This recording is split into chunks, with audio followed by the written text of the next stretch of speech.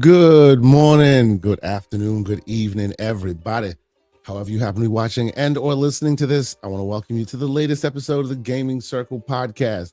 The podcast where this week, yes, you see we are currently missing a co-host. He is momentarily joining us. But as you know, Mr. Everborn, Mr. Everlate Saga joins us every time, whenever he wants to, but right on time, whenever the conversation gets heated. So don't worry about it. I'm your host for this morning, Mr. K. Asante, TKO Asante, and all the places we communicate. And I'm joined this week by some special guests. I will actually join. I'll get the community out the way first. He joins us when he so chooses, and when he does, it's because there's some slanderous topics he wants to discuss. I call him the petulant one. Good morning, Lucius Augustus. What's going on, good sir? If he's in here, I'm playing Forza Horizon. There you go. The game is good. It's a good vibe. Does that mean that it's ever going to win Game of the Year? No, but it's an incredible game. See, this is what I'm saying. He slander just opens his mouth and nothing but slander falls out. Anyway, good morning to Lucius Augustus. But of course, I am joined, ladies and gentlemen. I have been wanting this to happen in some form or fashion for some time. There was a time way back when where I was hoping that we would one day have a GCP living split screen crossover of some kind, because we share a time slot with the good brothers. They took some time off for life reasons, but I am so happy to have one half of living split screen, Mr. Steel Rain himself, joining us this morning. Good morning, sir. Thank you for being here. Yes, sir. What's going on, beautiful people, ladies and gentlemen, knocking the cobwebs off and representing for Living Split Screen and one half of the dynamic duo for my brother Pawn Soul. It is I and I am him. But yeah, man, this has been a long time coming in a way, man. It's super dope to kind of knock the rust off and actually be here on the Gaming Circle again, our morning show brethren, man. It's one of those things, I was chopping it up with K. Asante in the background, and I was telling him, man, it's been such we would have loved to do it earlier if me and Pong just didn't know how to stop running our mouths, man. Along with all the life stuff going on in the background, it was always Living Split Screen was always a way for me and my brother to catch up on Saturday morning and just run our mouth for 4 to 5 hours. But nonetheless, it's good to be back podcasting, at least for a show. Who knows what'll happen in the future, going into the future. A lot of busy things happen in the background, gaming when I can, but other than that, life keeps on moving, and it's gonna be a good time to get in here, chop it up about some gaming and about what the industry has moving and shaking, and with some good folks that I believe are a good representation of the community. So good to be here, man. Glad for having me on, and it's only happened because of Forza. I joined the GCP Discord because I'm a Discord noob, man. I'm one of those people who is like, I got Discord, but I'm never using it, man. I tried to do a community thing, but I was like, I got caught up in the minutia. It wasn't working the way that I wanted it to, and I was like, I'm just not gonna worry about it right now. So other than chopping it up with my brother, Titanium, playing Elden Ring or whatever the case, it's the only time I really use it. So jumping in there, was like, yo, you might need to come through Saturday. And it was like, maybe I knock the cobwebs off and I come through. So glad to be here. Glad you can have me, man. Bro, I appreciate you being here. And by the way, on the topic of Discord, we are all Discord noobs. So with the exception of Lucius here, who runs our Discord by and large. He basically runs the GCP Discord. But for the most part, we're most of us in the GCP Discord, the graybeards I call us, we are all noobs. It is a necessary evil, but once you get used to it, it's a great community. You jump in, there's always fun to be had. We're on voice chat all the time while playing games, where Steel was able to join us. So it's been a great time, So and speaking of that, shout out to the great GCP Discord and the chat who is already in full force. Lots of great folks in here. Let's take a quick moment to shout out to the great fun speculations in the house. What's going on, man? It's been a minute. Hope you're doing well. Great to see you here. It's been too long, man. I see you from time to time doing some podcasts here and there. I'm sure life is happening as well. So it's good to see you in here, man. And Lord Negatron's in here. Oh, so many great people. Big Mad Mo. What's going on to the great Infinite Umbra? A lot of great folks in here. Good morning. Yes, and speaking of our Discord, shout out to our one and only console warrior, Mr. Eastside Vandal. What's going on, Vandal? He loves it when I do that, so that's why I do that every morning. What's going on? I hope everybody's doing well. But all right, so there's going to be some similar energy to console warring. Now it's going to be a more elevated take, but if you're a console warrior, you're not going to like me today. Oh man, okay, this is gonna be one of those shows. Settle in, ladies and gentlemen. Make sure you have some coffee, get some milk, pour it on that Wheaties. I think the man Lucius has already done his. Let's get started early. Let's start this thing as we always do. Let's talk games. And by the way, if you're wondering where Mr. Everborn Saga is, early chores, early tasks to be done, he will be joining us momentarily. He won't be too long, so don't even worry about it. You'll see him jump in here before too long. But before we get into the news, because there's a lot to talk about there as well, but let's start talking about some games. And I know you and Steel and we're all going to talk about Forza. Leave that one to the end. What have y'all been playing? I'll start with Steel. Anything besides Forza that has literally been taking your time this week? Oh man, this week? Nah, yes. I mean, other than Forza, that's been the main thing. We'll get into that. Okay. But I can throw some highlights out there. Yeah.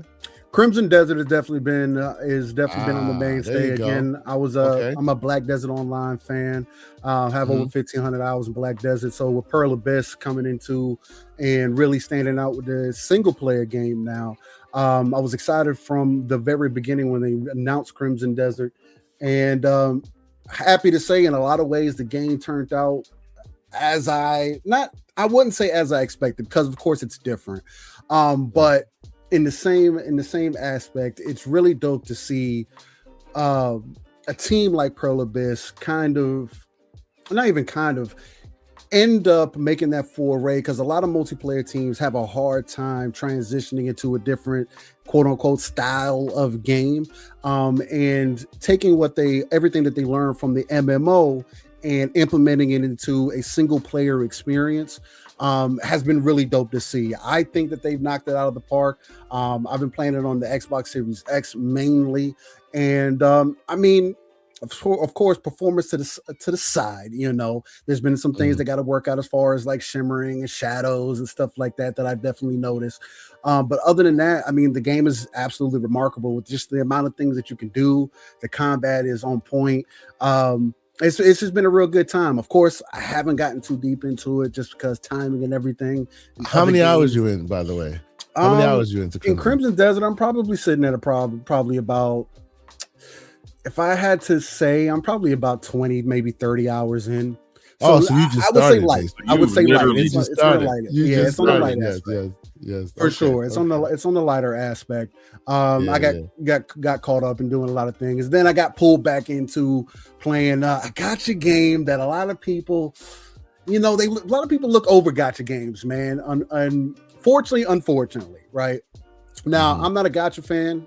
Mostly because I don't like missing out on characters. It just bothers the living hell out of me, man.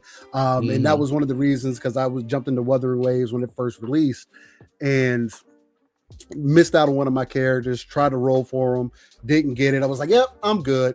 But they ended up pulling me back in with the recent update with their newer character, Hayuki, and fell back in love with that again. That's probably a game that I probably easily got over 100 to almost 200 hours in. Just as an action adventure game, you want to talk about a character where a team-based action adventure game. And I think Grand Blue Fantasy Relink does it a bit better, because you don't have to deal with the gotcha mechanics for those who are interested in a game that is similar. But it's not available on Xbox, unfortunately. They need to bring it to Xbox because it's an excellent experience.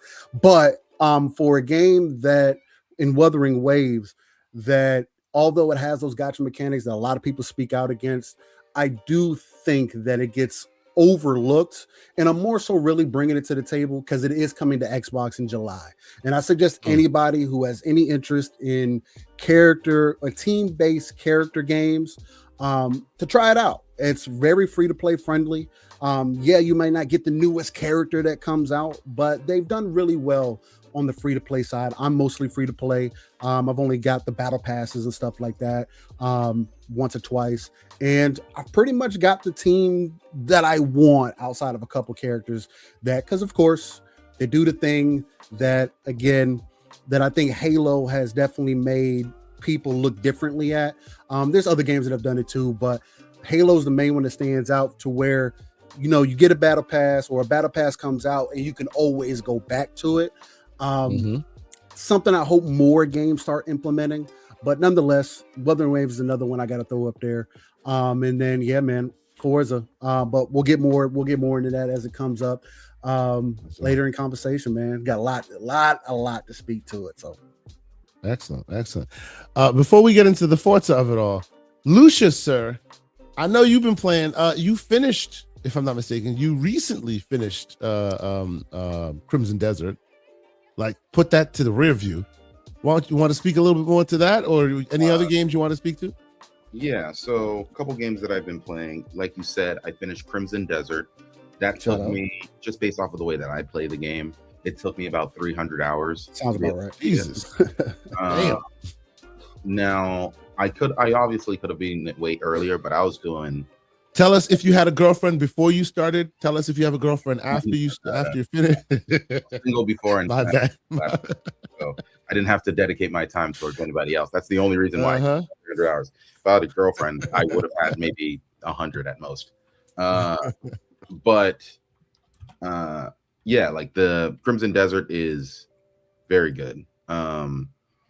I still question some of the people that, you know, they said that the game is boring, because boring where, right? I honestly have no idea. But anyway, especially I won't say specifically, but the last 3 chapters, like 10, 11, and 12 of the game go by pretty quick.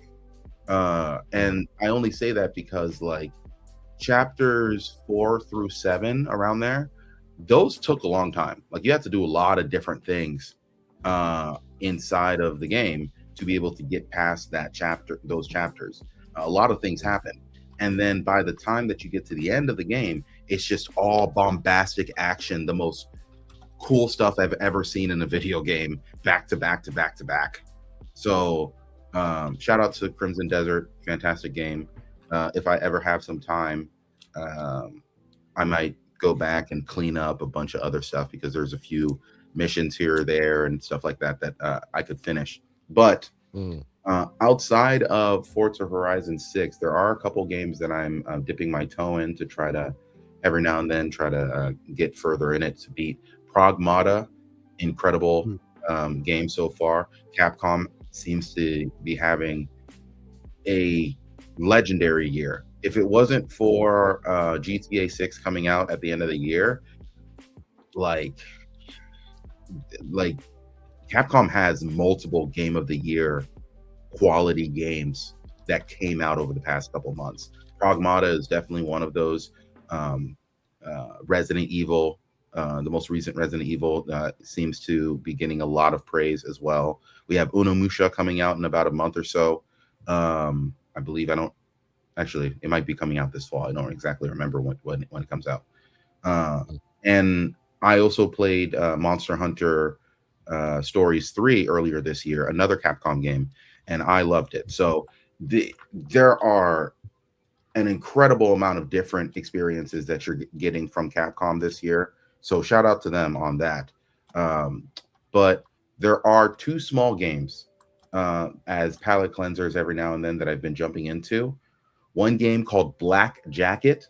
It's a blackjack game, but in the vein of a Balatro, where you're going to have different cards that do different. Yes, speak to that a little bit, bro. I saw that on Gamepass, and you know how we all went crazy about Balatro. This looked like it was taking that kind of energy. Is this worth the time? What do you think? It is definitely worth the time. The first few matches, you're definitely going to lose because you don't really understand how, but everything happens very quickly. That's one of the benefits of this game type as a roguelike.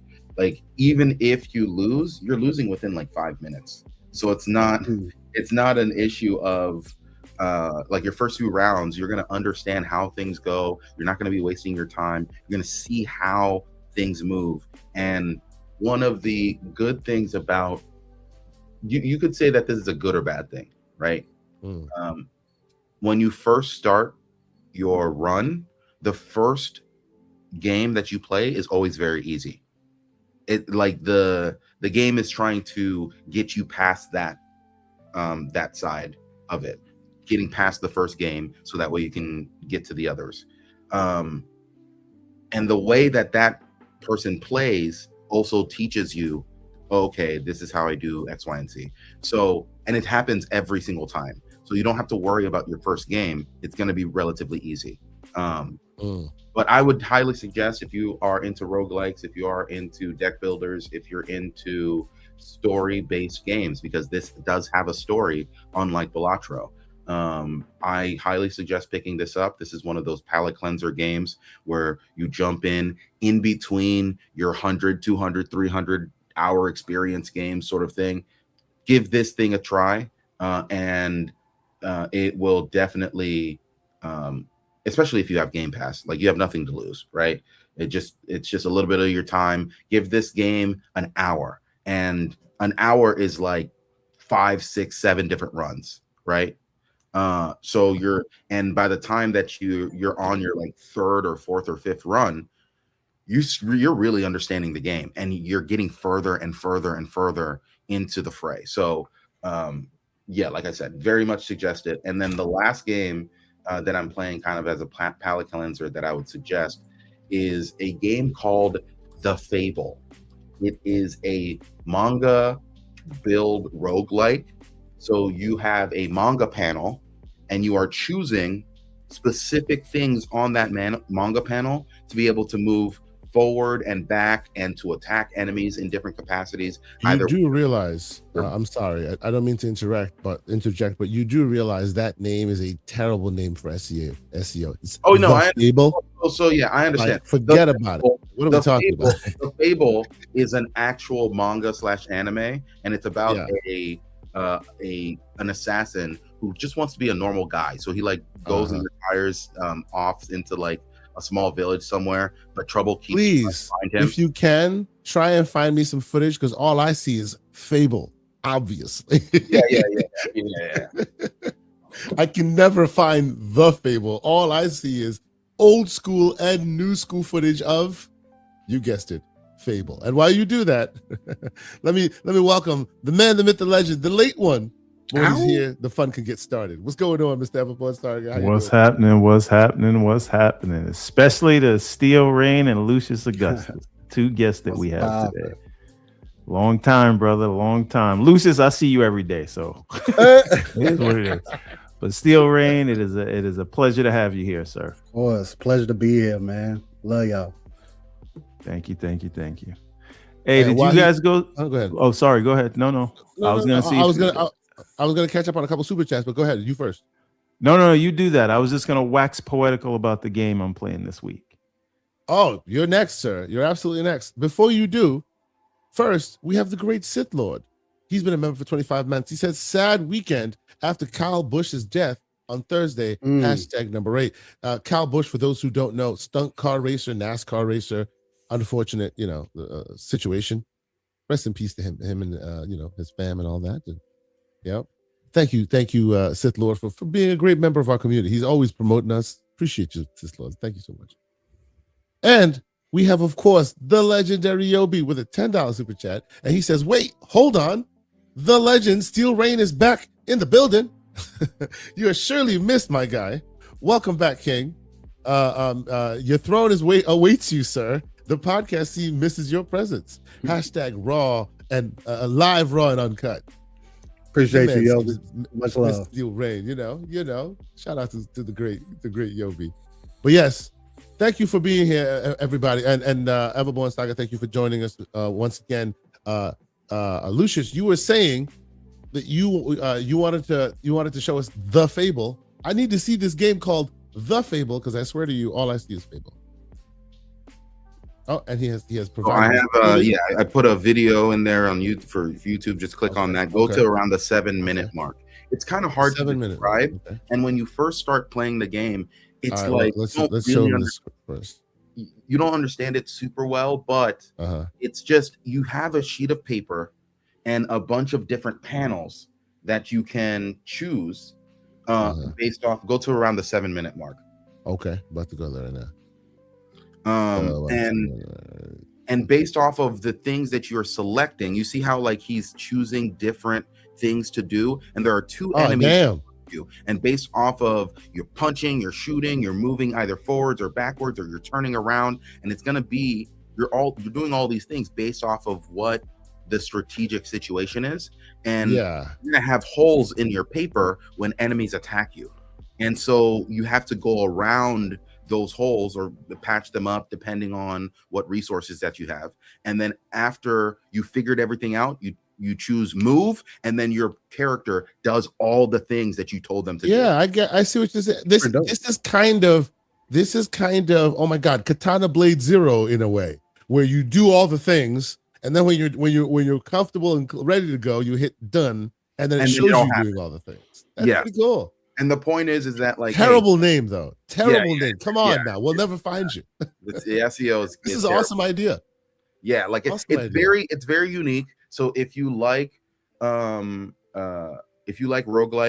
if you like the idea of being kind of like a Yakuza assassin bad guy thing, it's a cool game. And like I got it pretty cheap on a Steam sale. If you look in the necessary places, I'd imagine you'd be able to find it too.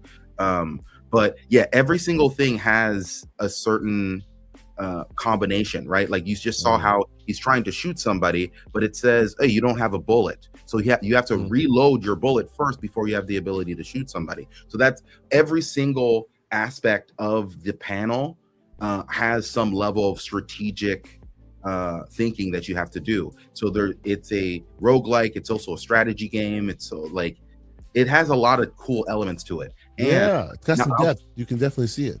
Outside of this, it also has a puzzle mode where it's very much like this, except you have a very specific amount of items, and you only have one move to do everything that you need to do. So it has to be a very specific combination of things in a specific order for you to be able to do it. Little brain teaser. If you like those sort of games, this one's great. Yeah. So this reminds me, only game that I can remember, I recall that has somewhat of this style. There was a John Wick game that was made some time ago. That was a strategy game where you're basically walking through combat, but in a very strategy step-by-step way. And this is somewhat similar to that style, where like it is a move for move kind of way, and you only have X amount of steps to get all your obstacles traversed. And he's shooting this person in the head and sweeping the leg over here, and then at the end you hit done, and it does all of that. I think what's the gentleman's name? Mike Bithell.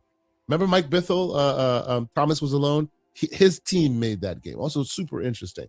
Has the same kind of flair here. Very, very unique take on this. I will definitely add it to the list.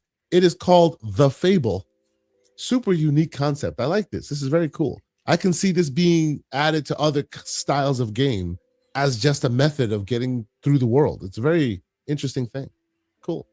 Very cool. Yeah, that's what it was. I see Jack Riley mentioned it. John Wick Hex. Exactly. That's the game I was thinking of.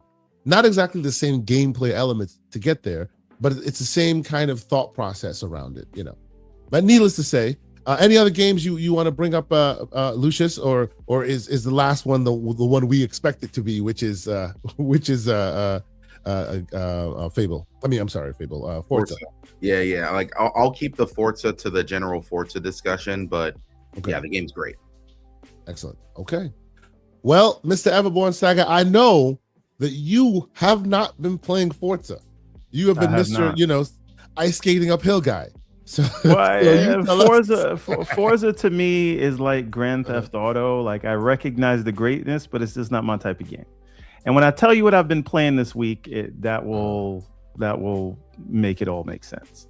Okay. Well, sir, tell us the games you have been playing this week. All right. So number one, I finally completed Pragmata this week.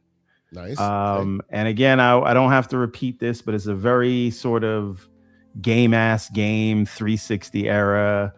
No, how many hours did you clock in when you were done? I clocked in. So Steam tells me 16, but the game itself tells me 13. So there's probably some time on pause screens or whatever where I fell asleep. Because as I've explained many times, my game time is after the kids and the wife are asleep. And I still got, however much I game, I still got to get up at 5 a.m. So what you're doing is it's a process of fighting old man nature and gaming, aka falling asleep at the login screens many times. Exactly. And so I hear you and Lucius say things like, "Oh, this new game came out. I got about 45 hours in it." And I'm like, it would take me 3 months to get to 45 hours. I do an hour or two a night when I play a game. Secret. Let me tell you a secret. This is why I have consoles. I have big dog PCs. This is why I'm a handheld gamer. I can always just pick it up, hit unpause, play for a couple minutes, and then pause it again for between my next call. You know what I mean? And when somebody's talking all that smack on the conference call, I'm just muted playing my games, bro. That's how I get the numbers in. There's a project happening at work right now where it's like, you know when you're like, pardon my French, but balls deep in a new project, and then they're at your part of it, so it's like you got to be the one attentive to everything. Yep. So it's just one of those things where I can't coast in my meetings for the next couple of weeks until we get to a certain level in the project, and it's on other people. Shout out to the great nerds and other legends laying it out. Facts, good sir. Yes. But to get to the point, I finished Pragmata this week, and I really love it. The story was whatever it was. I don't really care. I think the ending had some poetry to it, but as far as just the game and the moment to moment and how you level up, visuals were great. Not like it's not super flashy, but flashy enough to make you feel all the special animations, and it doesn't overstay its welcome. I thought it was great. And I'm sure the budget on this wasn't like a Resident Evil style budget. So I think we need more of this new IP, small experience, but not too short. And you still get very high production value, right? And those 13 to 16 hours, you're not one to do. No. So this is mostly Golden Path. Mostly Golden Path. And again, another thing I like about this game, there's a list of things that you can get in each level, meaning, all right, there's this much upgrade coins, there's this much leveling up there's different currencies in this, but it will it's this amount of weapons are here, or keys are here. So they don't tell you where they are, but they do tell you whether you've missed it or not. And I just think that's great about the game. Okay, I think the key question to this though is, did you feel like more of a dad after you beat this game? I don't think that's possible. Absolutely not. No, absolutely not. I'm just curious. It seemed to be a talking point for people. So this seems to be that was a talking point for people that don't have kids. Yeah, that's true. I'm pretty quite obvious. That is a single man's perception of what having a kid is like. Oh man. Oh, by the way, forgive me, but I have to recognize this because man, oh man. This is probably the funniest chat all morning so far. Shout out to the great Doc. He says, I see the title. Y'all better be on the right side of this argument. Listen, some of y'all are not gonna like me, but it's okay. Take this man. Take this Robitussin. Lucius, I heard me and you might be on the same page on this, but when we get to that part of the discussion, we'll see where we stand. You know who we need in here? We need if VG Fight School. If you are listening, we need. Okay, so shout out to VG. If you're here, you come later. You know the invite link. It's still active. I'd love to have a discussion with you now. The other game that I'm playing, and I have to give a shout out to MJ Dark, the president of Nintendo, as it were.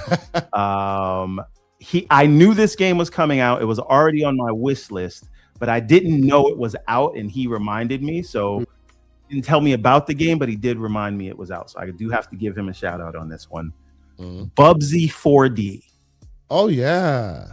Right. Yeah. So I heard y'all talking about this. Tell me why I need to pay for this game, bro. Tell me. So first of all, it's like $16, which other people would have charged you. But it has the Bubsy IP. It's been, I it's understand. Been like the subject of memes forever and a day. Tell me why it's actually a good game. Sorry, there's a bee in my room, and I don't know how it got here. And now it's trying to attack me. But so if I go on mute, it's because I'm pulling out the shotgun and shooting it. Yes. All right. So anyway, but yeah, it's cell shaded. It's a 3D platformer, and it like the movement is so smooth. And again, it's like 90s humor, but like very dad jokey. But again, it harkens back to those days of a Crash Bandicoot when it first came out. But again, it's more 3D than that. These are more open levels. So let's get to some gameplay and take a quick look here. See what it looks like here. There's a lot of I did have to remap all of the buttons. For real? Yeah. So? No. I mean, they're fine, but like we know this guy. We know how this guy. Oh, exactly. Face button. The attack did. Yeah. So no. This is like the practice level. So technically you're in VR here. This is not how the game looks. Yeah. The environments are very lush, but it is cell shaded. So this is one of the levels here. So this harkens back to what a Bubsy game would have been if they went 3D back when 3D was just kind of burgeoning, right? But to me it works, right?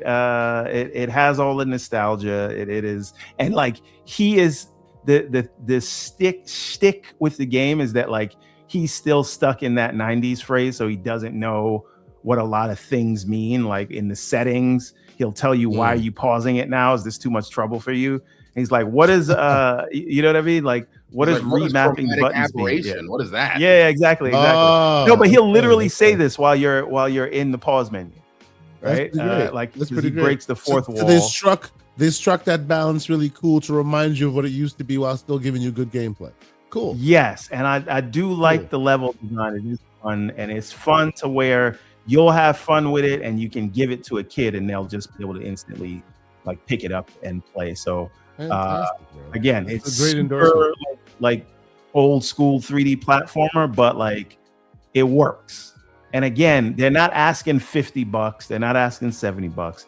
They're asking $16. So to me, like this was a no-brainer. I'm probably just gonna finish this thing. The other thing I've been playing this week, and Lucius, I understand where you're coming from now, because Alabaster Dawn is the only game I want to play right now.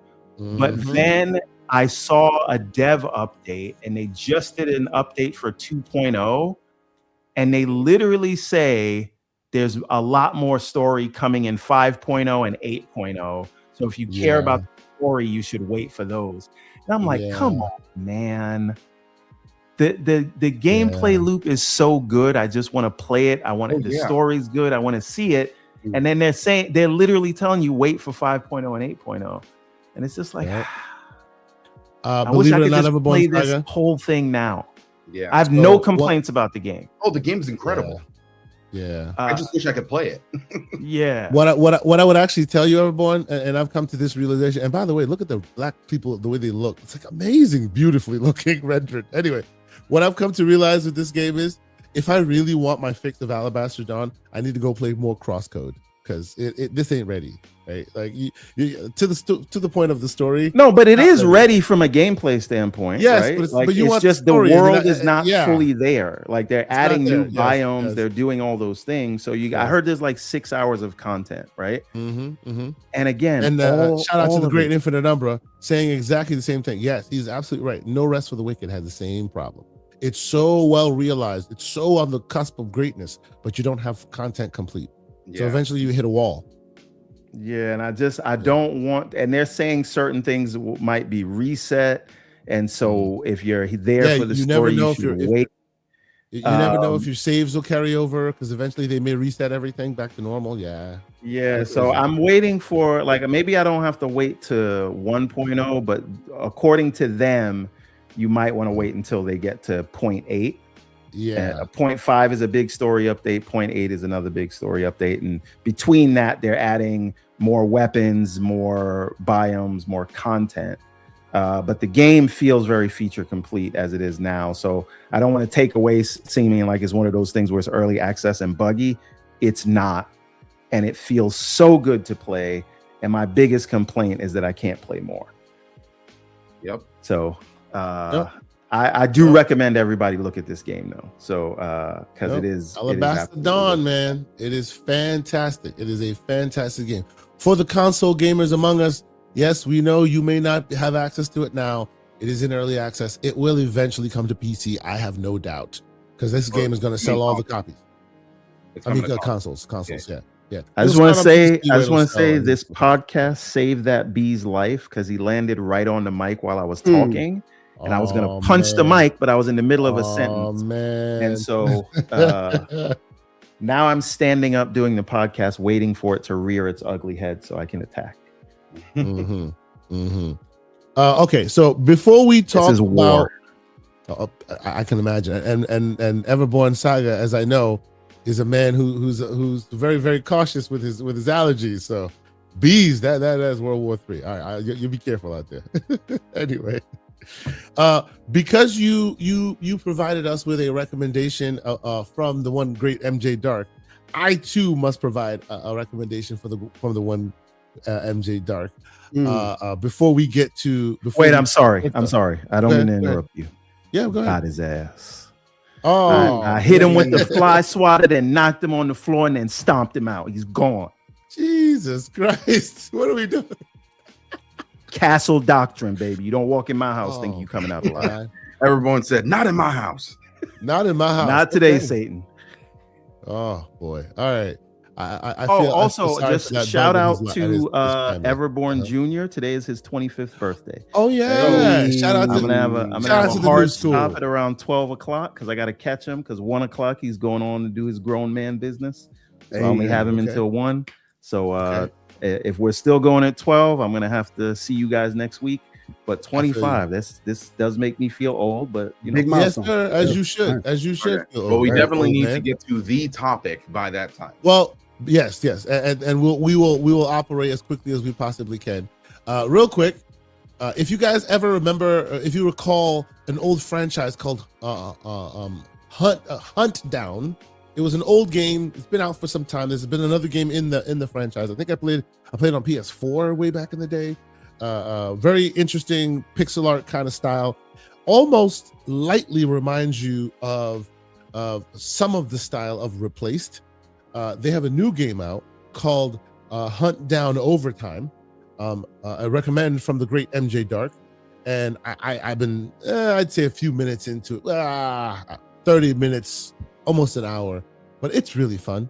It's a really old school, as you would imagine these kind of games are. Let me give you a quick idea of what the gameplay looks like. You can imagine this being like the Punisher or something like that. It is real cool, but it'll kick your butt. Like they're not for play. Kind of looks like Replaced.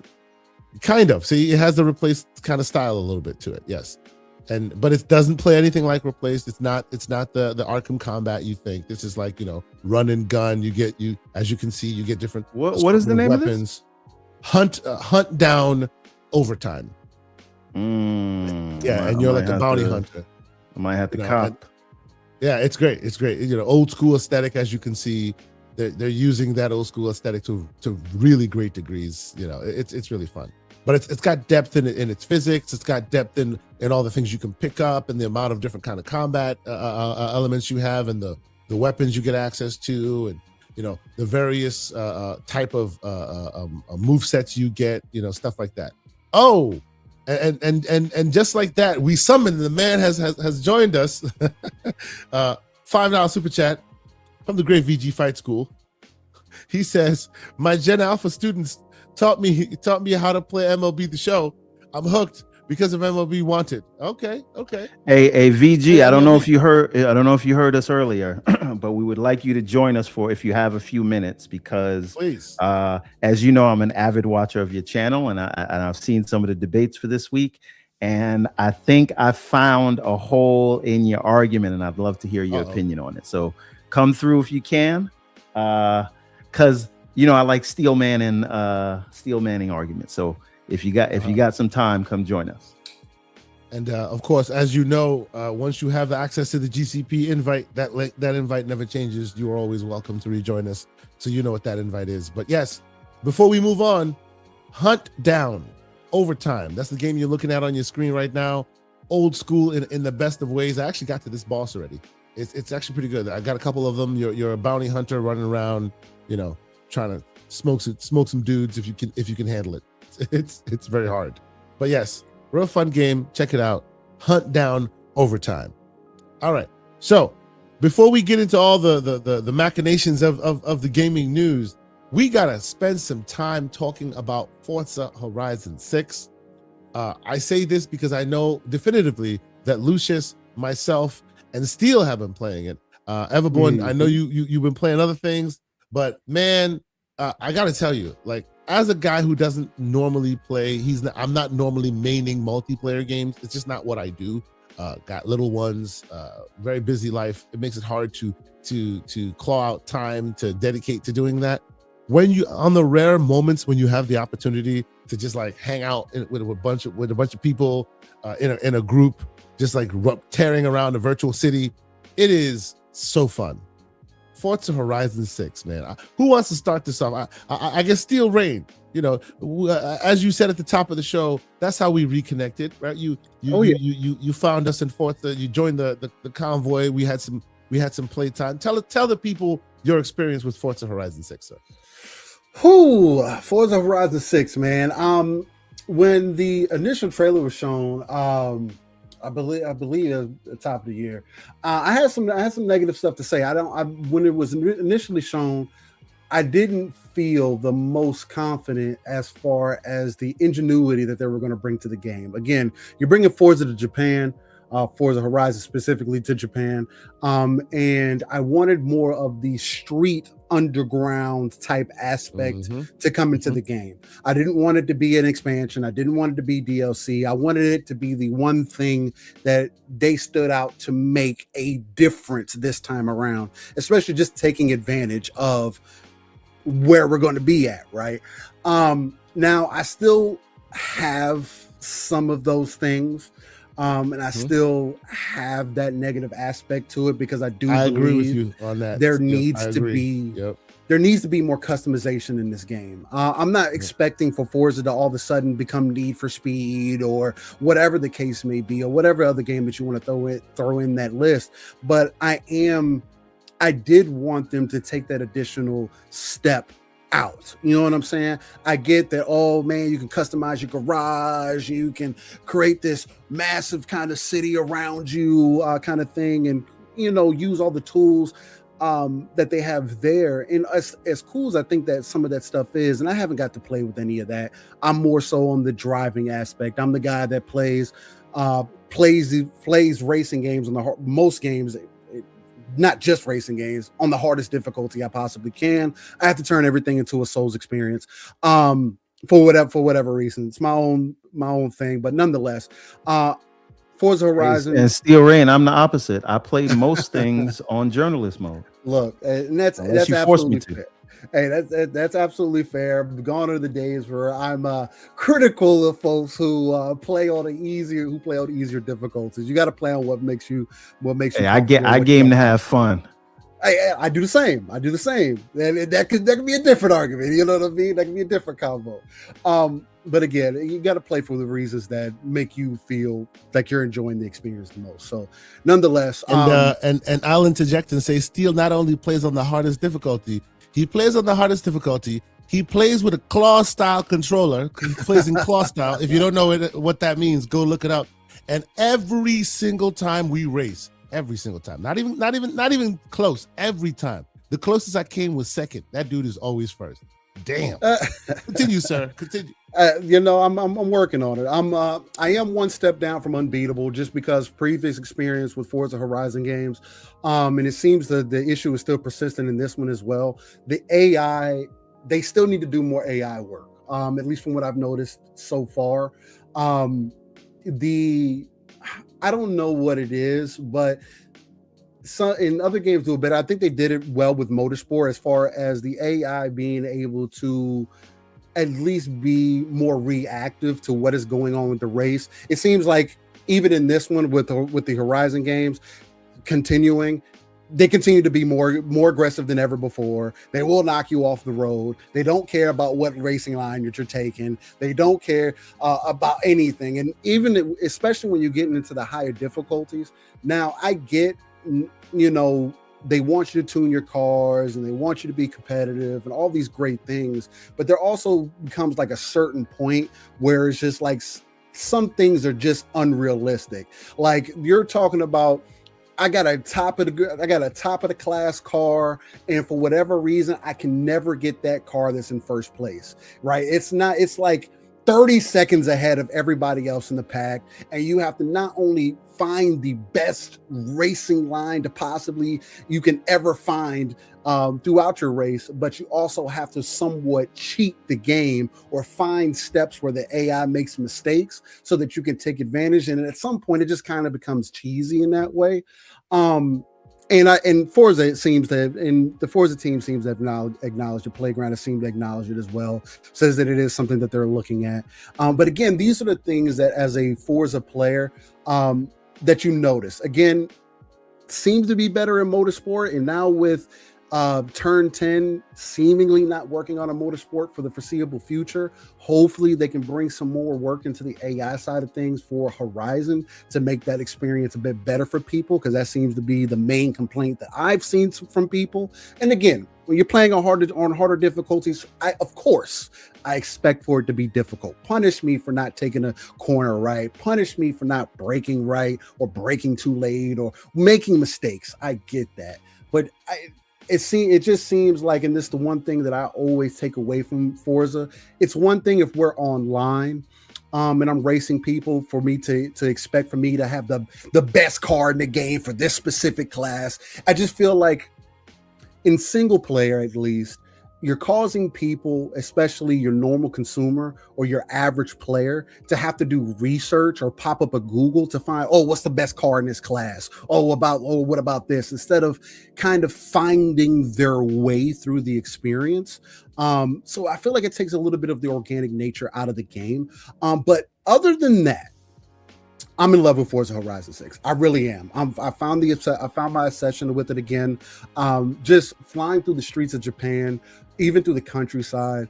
It is extremely remarkable how well the game plays, how good it feels. The handling definitely feels better than ever. Again, I'm playing on simulation everything other than I keep ABS on, and I keep the braking line on because, again, time permits. I don't have all the time in the world to learn every map and be on point and turn my racing line off and be perfect. So I play with the braking line on. So it's just little couple assists there. But other than that, playing sim everything, and just from the sound to the way the cars feel to going from race to race and working your way up to that first place. Because again, I'm also somebody who likes to, if I don't get first place in the race, I'm starting the whole race over, right?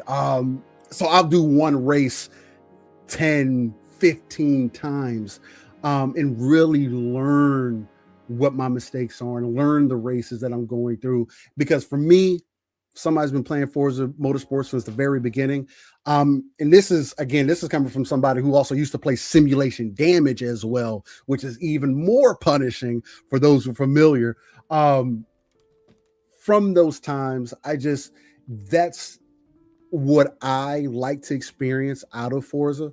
And it just tunes me more in, not only with whatever car that I'm driving, but also just with the environment and getting used to racing from the different style races that you end up doing. So I'm thoroughly loving it. Online play is amazing. Spec racing, them bringing that back into Forza Horizon is a phenomenal experience. If you're not familiar with spec racing, it's where, again, one of my biggest complaints was going online, and again, you're dealing with different people's tunes. Everybody's trying to use the best class car for whatever race. I like when you nail the experience down to everybody has the same thing. I like the same thing out of my multiplayer experiences, where I will always love Halo for what it is. But give everybody the same thing, and let's just see who the better, in this case, racer is with their driving skill. And that's what spec racing does. You have the same car, same tune. You just, the only thing that separates you is, are you the better driver? So been having a ton of fun with that. And yeah, jumping into the convoy, man. Other than the network issues, server issues that we were having, I don't know if they've hammered that out yet. I haven't been back online since I jumped on with y'all, but other than that, I mean, I wasn't seeing much rubber banding going on or anything like that, anything crazy that you may sometimes experience when you jump into multiplayer, where the car, you see the car in front of you and it seems like the car is kind of like, it's not smooth. It's like, it seems like they're jumping all over the place. You can't really bopping all over the place ahead of you. Yeah, exactly. It's usually a network thing, but it seemed to be real smooth. We were able to get in, into a race together and everything. It did exactly what it needed to, man. So I'm loving Forza Horizon on every aspect so far. So Steele, I will quickly say I agree with a lot of what you're saying. Actually, most of your assessment of it, including pushing them to lean a little further into the custom culture of the location. I feel like that is where, like, maybe some of us we're missing our need for Speed Underground. You know what I mean? We were hoping this would fulfill that need a bit more. We know it's not going to be that 100%, right? But leaning a little bit more into that nighttime, old, that aesthetic of it that we used to remember. I feel like they could go for a bit more. Exactly, man. Exactly. For DLC. It's otherwise, so let's lean into it. That's the main thing. You don't have to take it so serious. Yeah. Otherwise, no, I really do agree with your assertion of the case. Excellent game all around. I'm having a great time with it as well. Lucius, sir, jump in, man. I know you've been playing as well. You've been having a great time with this thing. How much time have you spent on this so far? I know I started before you. Yeah. At this point, I think I'm way too far behind, but by your standards. I think I'm like at least 20 hours in, something like that. Most of that time has been spent playing with the people on the Discord, just in a convoy, going around, playing different races, that sort of thing. And so I've leveled up faster than I typically would if I just was playing single player. So that's very interesting. A couple things that they've done in this game that I've noticed in comparison to the other game. The map of Mexico was beautiful, but I feel like it wasn't really functional when you were trying to get from one place to another. And it wasn't, one of the things that I didn't like about Forza Horizon 5 is that you had to pay money to fast travel. And this is no longer the case in Forza Horizon 6. As long as you have been on that road, you can fast travel to that road for free, no problem. Which means that getting 2 races, getting two specific locations, so that way you can hunt things down, it makes the entire experience faster and more fun without having like the cost, which felt punishing. Like, why are you punishing me for like fast traveling in this game? It doesn't matter. It doesn't make any sense. So from a standpoint of, here are very particular changes, those things I really do appreciate. And most people may not notice them, but those are the small things that kind of smooth out an experience. And so I'm really enjoying Forza Horizon 6, but I just wanted to mention some of those smaller things as well have really increased my experience overall. And this happens every single Forza Horizon. a bunch of people jump in to play it, and they have network issues no matter what. I will say that this has been better than it has been in the past because I'm not getting booted out of games constantly like I was at the first few weeks of Forza Horizon 5. That got pretty crazy there for a little bit. But yeah, great time, great game. Unfortunately, will not win Game of the Year because he does not respect racing games in that capacity. But hey, it is what it is. It's a great game. Shout out to the great VG Fight School who joins us. My man. VG. Hey, good morning. Before you put the gloves up, I know he's here. I know everyone asked you here to put the gloves up, but do you have any experience? No gloves. We're having a gentleman's debate. Listen, I don't know about you. Okay. But when it comes to that particular topic, I'm gonna say what I'm gonna say, and then do you? But we ain't there yet. When it comes to Everborn, I didn't mean the gloves. I meant the gentlemanly handkerchief when he slaps in somebody else's face. You know what I'm saying? Like, before we do that, have you had an experience with Forza? What games you been playing this week, sir? Hey man, racing games not really my forte. I played I played the intro and then I went to play Mortal Kombat. I don't know what it is with racing games these days. They don't hit as they used to in the Need for Speed days. So it's a good looking game. I'll probably go around and just drive casually around, and I think it's probably one of those things where I need the hook. I remember Need for Speed had that intro hook where you're driving and then the cop starts chasing you. Yeah. And then it's that was the hook for me, and I really enjoyed it. But Forza is kind of like, it's not that kind of a racing game, so it just hasn't resonated for me. Plus, again, I'm suffering from too many games, as well. It's literally a struggle. It's actually bad. And so what I've been hooked on is MLB The Show. Weird. I've been in America for like almost 20 years and I never understood baseball. I was like, what is this? I'm a soccer playing, loving West African. I don't. My brother, speak, my brother. And so, and basketball too. I mean, I watched Michael Jordan play as a boy, so I was always, smitten by the sport. And so we had like fun days in school. I said this on my videos, and my students, I took my Xbox to my classroom, and my students were playing Street Fighter, and I was smoking everybody because not letting these kids get one up on me. And so they looked and they saw my game profile. They were like, you play the show? I was like, no, I don't know how to play it. I actually bought it, and I wanted to learn how to play, but I never haven't sat down because the rules of baseball are kind of like a weird thing for me. So my students that are baseball players, they were like, we're going to teach you. So I was like, sure. So I sat there and they just were telling me the basic rules. They were like, all right, press this. This is what this means. And then they explained the sport to me.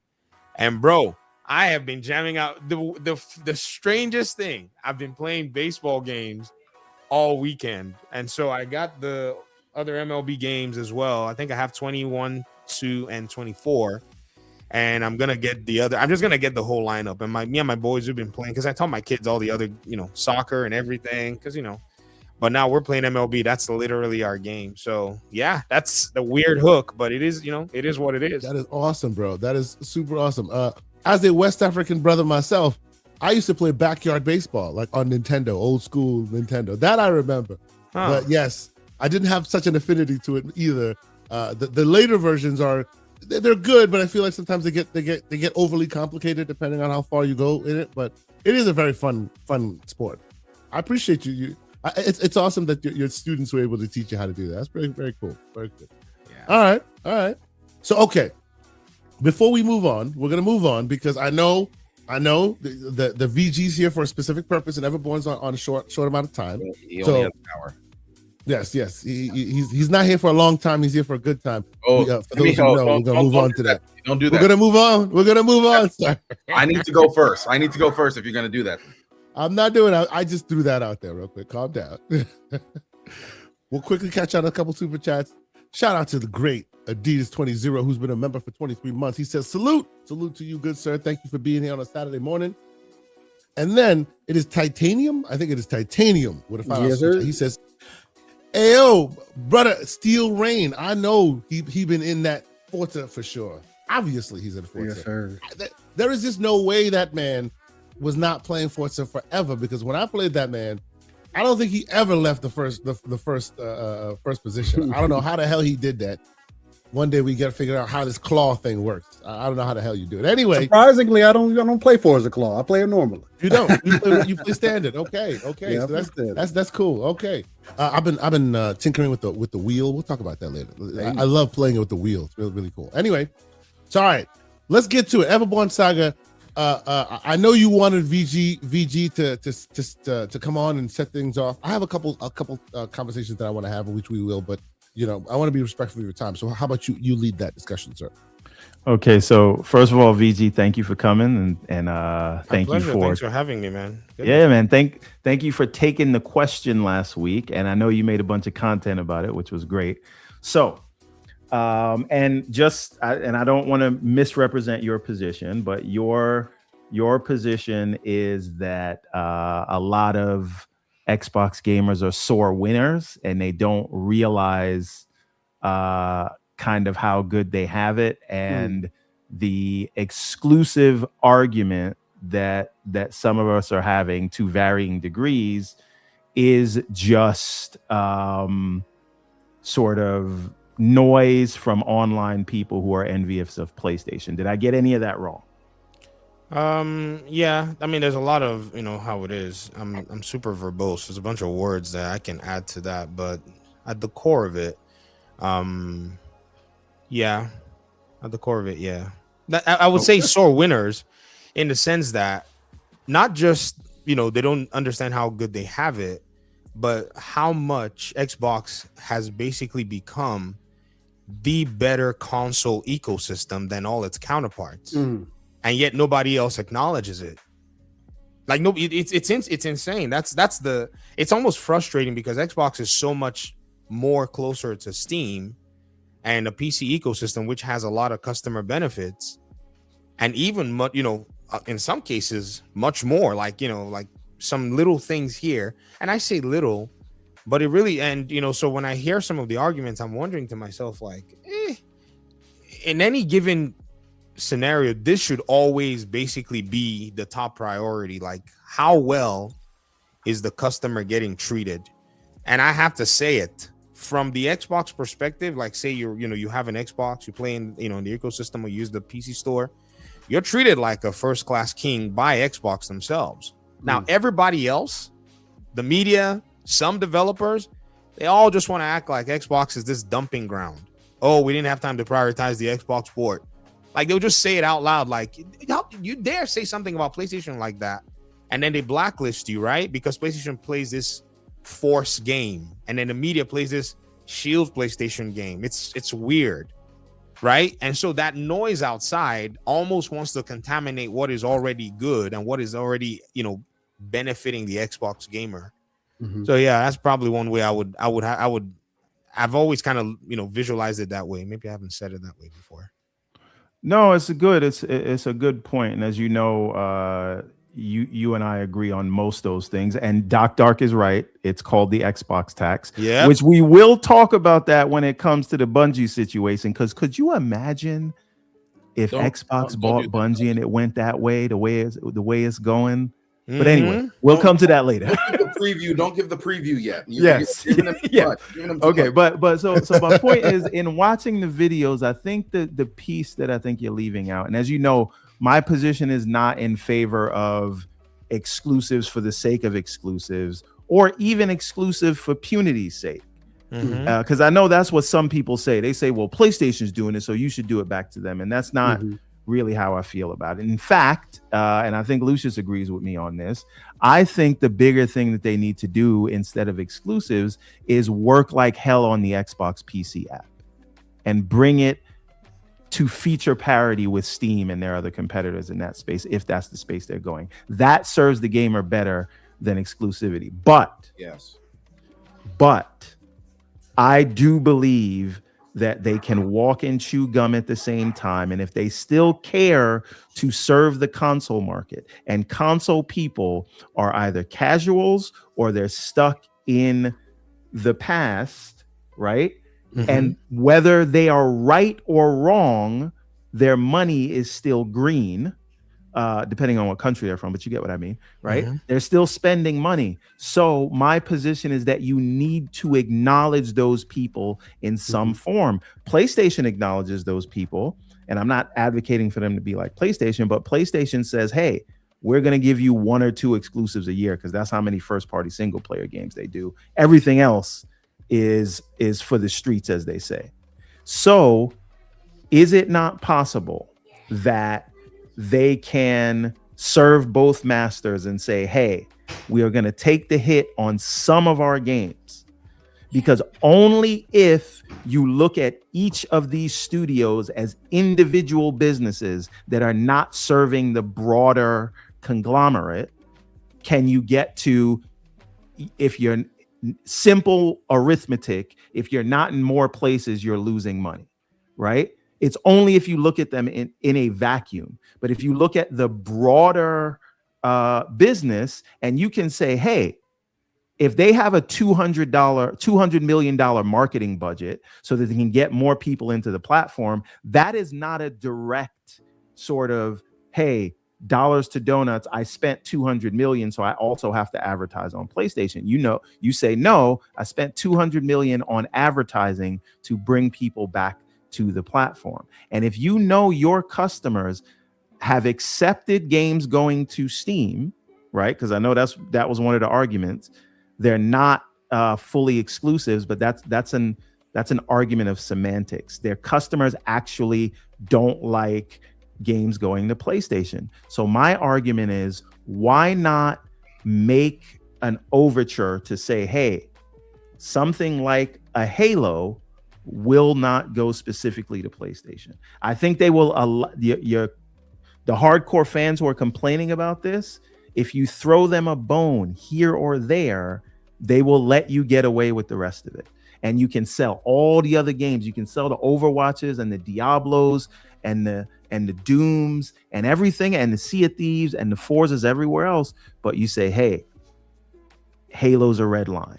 That's for you guys. Yes, we will take the hit, but in the long run, you're keeping those high value customers happy while you can sell the rest of your games. This is a $24 billion a year business. I hear it. And they have a marketing budget. So consider it as part of the marketing budget just to keep some people happy. All right. I think that you are addressing one part of the argument while ignoring the well, I'm specifically addressing VG's arguments in his content this week. Okay. Then I'll wait until I get into my thing then. If the conversation that you guys want to have right now. Okay. I mean, it's a very simple so, and I know this is my biggest flaw. It really is. Mr. Tunnel Vision. It's not just that. I mean, that one, shoot. Some people don't like it when you do that. That's all I'm saying. Yeah. It's this tunnel vision thing that when I find something, I keep hammering down on it until I figure out, okay, is this, maybe it fissures, maybe it cracks or whatever it is. And the studio business is what I'm really interested in. So lately, I've been hoping that we would have maybe like an Xbox executive that gets an interview that just leans into studio business in the most boring way possible, where you basically exhaust everything they can share within their NDAs, right? That way, I think a lot of gamers are going to basically get a good understanding of what the studio business looks like. Now, crazy enough, on this podcast with the developer of Replaced, you guys dabbled into a lot of that, and there were dimes and there were gems that were shared as he was talking within, the confines of what it is he could do, in terms of their studio, in terms of where they put the games and such. And the challenge with what you're saying is there's a real scenario where Xbox actually does that with maybe Gears of War. That's not been announced for PlayStation, right? Where they go ahead and say, okay, this game is just, they're not going to even say anything about it being anywhere. They're just going to say it's an Xbox game or whatever it is, and just leave it on Xbox as that game that takes the hit to maybe appease some fans or or fulfill that piece. The challenge, though, in the internal side is all of the other studios, because again, I'm not certain that Xbox does its business without this particular framework, which is every individual studio has its own profit and loss and its own financial health check at each given moment. This is why whenever something's going down, one studio goes. And the reason that studio goes is because of something that's not financially viable there. The initiative, they've been blowing a lot of money, you know, and it's like, man, this is madness. And they just canned the studio. I don't know exactly all the, you know, intricacies there. Because on a studio level, it's an individual studio that'll get closed, right? So what if, you know, God forbid, Gears of War comes out at the wrong time or something happens in there and it bombs. So now we're gonna pull the world there, Ricky Bobby. What are you doing? Come on. we're gonna now go ahead and, like, you know, pull all these resources that we're making money from all these other studios into that, right? Mm-hmm. But how do the studio heads at that studio actually consider the business when they're not giving the same opportunity to also go multi-platform? And so their metrics are going to be now different, which is fine, because some studios, like, you know, Call of Duty, the expectation for Call of Duty studios are going to be different from the expectation from, you know, some of the other Xbox studios as well. But then, and then this is the next question, and this is the one I asked. I made a video about it, and I wrote down all my crayon stuff. The question is, how long can that studio, or can two studios or a few studios, continue to go without a healthy P&L in the overall business? So, oh, sorry. Well, land your plane, and then I do have an answer to that, because I did see that. And this is where the CFO of these companies, who are not gamers, right, and have that obligation to ensure the health of the business, has to figure out some kind of explanation.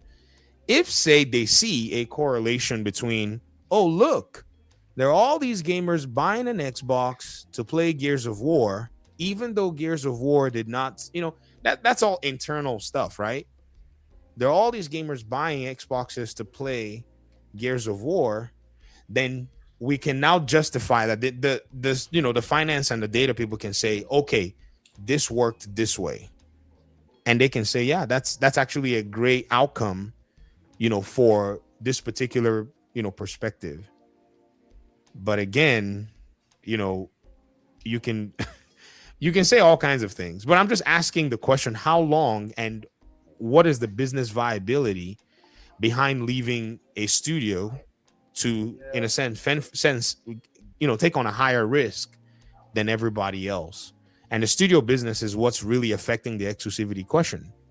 Because if a studio is not productive, they'll shrink the studio, ask Bungie, or they'll can the studio, ask the Initiative, or Bluepoint, or anybody. Like, you know what I mean? It's just a thing, because as much as they want to use the whole conglomerative cash flow to pump into the studio and kind of keep them going, there's only so long they're going to do it.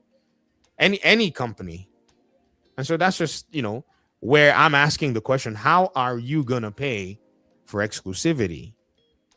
And then, you know, yeah. So now you, in the beginning, you made a point, and even last week you made a point, like, at what cost? And you said, well, are you going to like them to start making live service games? To which I would respond, they're already making live service games. But then serendipitously, this poll, which I think is a psyop, where it was sort of, will you give up Game Pass day one for exclusivity? And to that, Lucius and I looked at each other and we thought of an old quote, which is, those who would trade security for liberty deserve neither. Right? And this is where I come in. Yes. And by the way, before we continue, let me be messy. Real quick, waiting, gentlemen. I know, Lucius. Give me a quick moment. In our chat, I too have put up an impossibly stupid question. It is Xbox. It is exclusives versus Game Pass. Yes, it is simplistic. Yes, it is high level. Yes, there's a lot of ways to carve that. People want. What about both? I am not helping you weasel your way out. One or the other. Make your choice, right. Lucius. I've been holding my guns in, but now I can't do it anymore. We gotta go ahead, and then I'll come back to. Gotta talk about this. One, we're gonna do a small side conversation about how Jez Corden needs to be slightly more responsible about, because like you know that Xbox executives are looking at these polls and stuff. Why frame it in that capacity? You are giving them an opportunity that you shouldn't, honestly. But fine, let's just talk about it honestly. You would have to be stupid to sacrifice Game Pass on the altar of exclusives. You would have to be brain dead. You'd have to have a hole inside of your head to believe that that's a good idea. And here's the reason why we're going to go through this, right? One, do you truly believe in your heart of hearts that Xbox is going to follow any of the promises that it makes to you? Truly. And this is well, Lucius, I want you to include this into your argument, which is, were you in favor of them removing Call of Duty? Was that a good move for Game Pass? I don't know. I have no idea. Because if this is what A-Rod said to me, if you were okay with that, that was the slippery slope that led to this poll. Listen, Gamsley also said that to you too, but I don't think you want to give Gamsley any credit. No credit whatsoever. So let me finish my rant. Let me finish my rant. So at the end of the day, you'd have to be really stupid to believe that like Xbox would follow that thing. Let's look at the person who's supposedly going to make you that promise, Asha Sharma.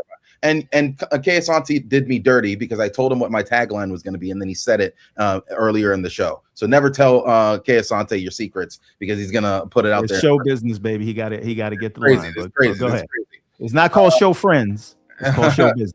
Keep going. The Asha Sharma, if you look at her history, she's had a great ability to be able to go in somewhere, fix the problem, and then dip. She's never been at an organization for longer than 3-4 years. And she's already been at Microsoft for 2. So what makes you believe that she's going to be here any longer? Asha Sharma is here for a good time, not a long time. Right? Okay. So I think that she came out. Microsoft is doing everything to cheerlead her and to get you to fall for the okie doke. I'm not saying the things that she's implemented so far aren't good, right? Like, I love the fact that if you're playing on Xbox PC, you now get achievements that are exactly like you would get them on Xbox. You don't get a weird Windows notification coming from the side. Like, that was terrible, right? Like, so there are certain things that her team is doing in a rapid capacity that I think is incredibly smart. I think is a very good thing. So I want to give her credit. But you would have to be brain dead to believe that any promise that she makes you regarding exclusives, but you have to give up Game Pass to be able to day one on Game Pass or something like that. You'd have to be stupid to believe that as soon as she leaves, Amy Hood, and I held myself back because I didn't say her nickname. That's for the Discord only. You would have to be dumb to believe that Amy Hood, a couple quarters let me in, show up. No, I'm finishing. I'm landing the plane. You would have to be dumb to believe that Amy Hood isn't going to come in and take all of those exclusives and put them everywhere else because she needs more money. Preach. And now you have no exclusives and no Game Pass. Congratulations. You played yourself. Tell them. Start from the beginning. Start from the beginning. Tell them again. I like the way you started. It's stupid. Start from that part of the sermon. These people are so like idiotic. That's right. Keep going. They're so incredibly dumb. That's right. So excited. They are so hyped to be console warriors. Tell them. Won't stop to think for 1 second that you are about to cut your face off. Sacrifice themselves. Keep going. It is so dumb. That don't make no sense. Keep going. And here's the problem. Right? I'm listening. The people who are leading the conversation, they don't play games. Facts. They play Facts. Twitter. They're non-gamers. Facts. Keep going. These people are on Twitter constantly, day by day. That they waste time on Twitter instead of actually playing video games. You know, people who actually play video games. Who? We like Game Pass. Facts. Guess what? Because I'm able to play all these games Tell me when he's lying. Tell me when he's lying. Keep going. I'm saving money while playing all these games. Why would I want to give that up as a consumer? Why would I want to, bro? So you can brag about a brand, right? Keep going. You got him. I love that Doc Dark is the hype man in the background while you're doing the rap battle. Welcome to Doc Dark. Welcome to Doc. What's going on, gentlemen? What's going on? Oh my God, that soliloquy was amazing. People who actually play video games. Oh, he's still going. He's still on Gamepass. That's too much at the point. He's still going. Keep going. Keep going. I'm done. All right. So we should be very clear about this, that this is not a real thing yet. This is a poll that Jez put up, right? Absolutely. And then people, this is watching, and we know it's a psyop. We know that Jez has been used by Microsoft in the past to be able to float ideas. No hate on Jez, because that also happens to what's his name, the British guy, the one with the only Tom Warren you're talking about. Tom Warren, there he is. OnlyFans. He's saying his articles are paywalled. He's saying article. You gotta be careful. What are you talking about? I'm bringing Discord jokes into the real world. Sorry. Just really quick though, right? We do need to acknowledge that, because this, like, I understand where you're coming from, but we don't know what Asha's gonna do. We don't know how long she's gonna be there. And if you're reserved in believing anything, that's fine. But we can't say definitively she's only gonna be there for 2 years. And this is not something that they are actually saying. This is something that Jez and the community is bringing up. So we should clarify that this is not a thing, is not a real thing that has been voiced by anybody in the SLT. Okay, to offer clarity though, when people are talking about exclusives, what are you talking about? Exclusive to what? That's fair. That's a good question. Yeah, this is the other thing that I say. It's not that people mind things being in more places. I'll say it. I said this before. I'll say it again. People would have been fine with this is an Xbox ad if games weren't going to PlayStation. They're hardcore customers, just don't like games on PlayStation. So it's a PlayStation problem. They're hardcore customers don't like games going to PC. I don't care if I don't know game that on the Xbox side. On the PlayStation side, yes, but on the Xbox side, I think people accepted PC and cloud. Yeah, but go ahead. PC has been a part of Xbox for such a long time that if you are an Xbox gamer and you're so mad that games are coming to PC, brother, give it up. Like, I don't know what you're doing here. But I would not mind if every single game went to the Switch. Put every single game on the Switch too. I don't care, right?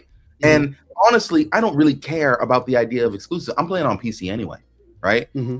Like, I have an Xbox, but I'm playing on PC.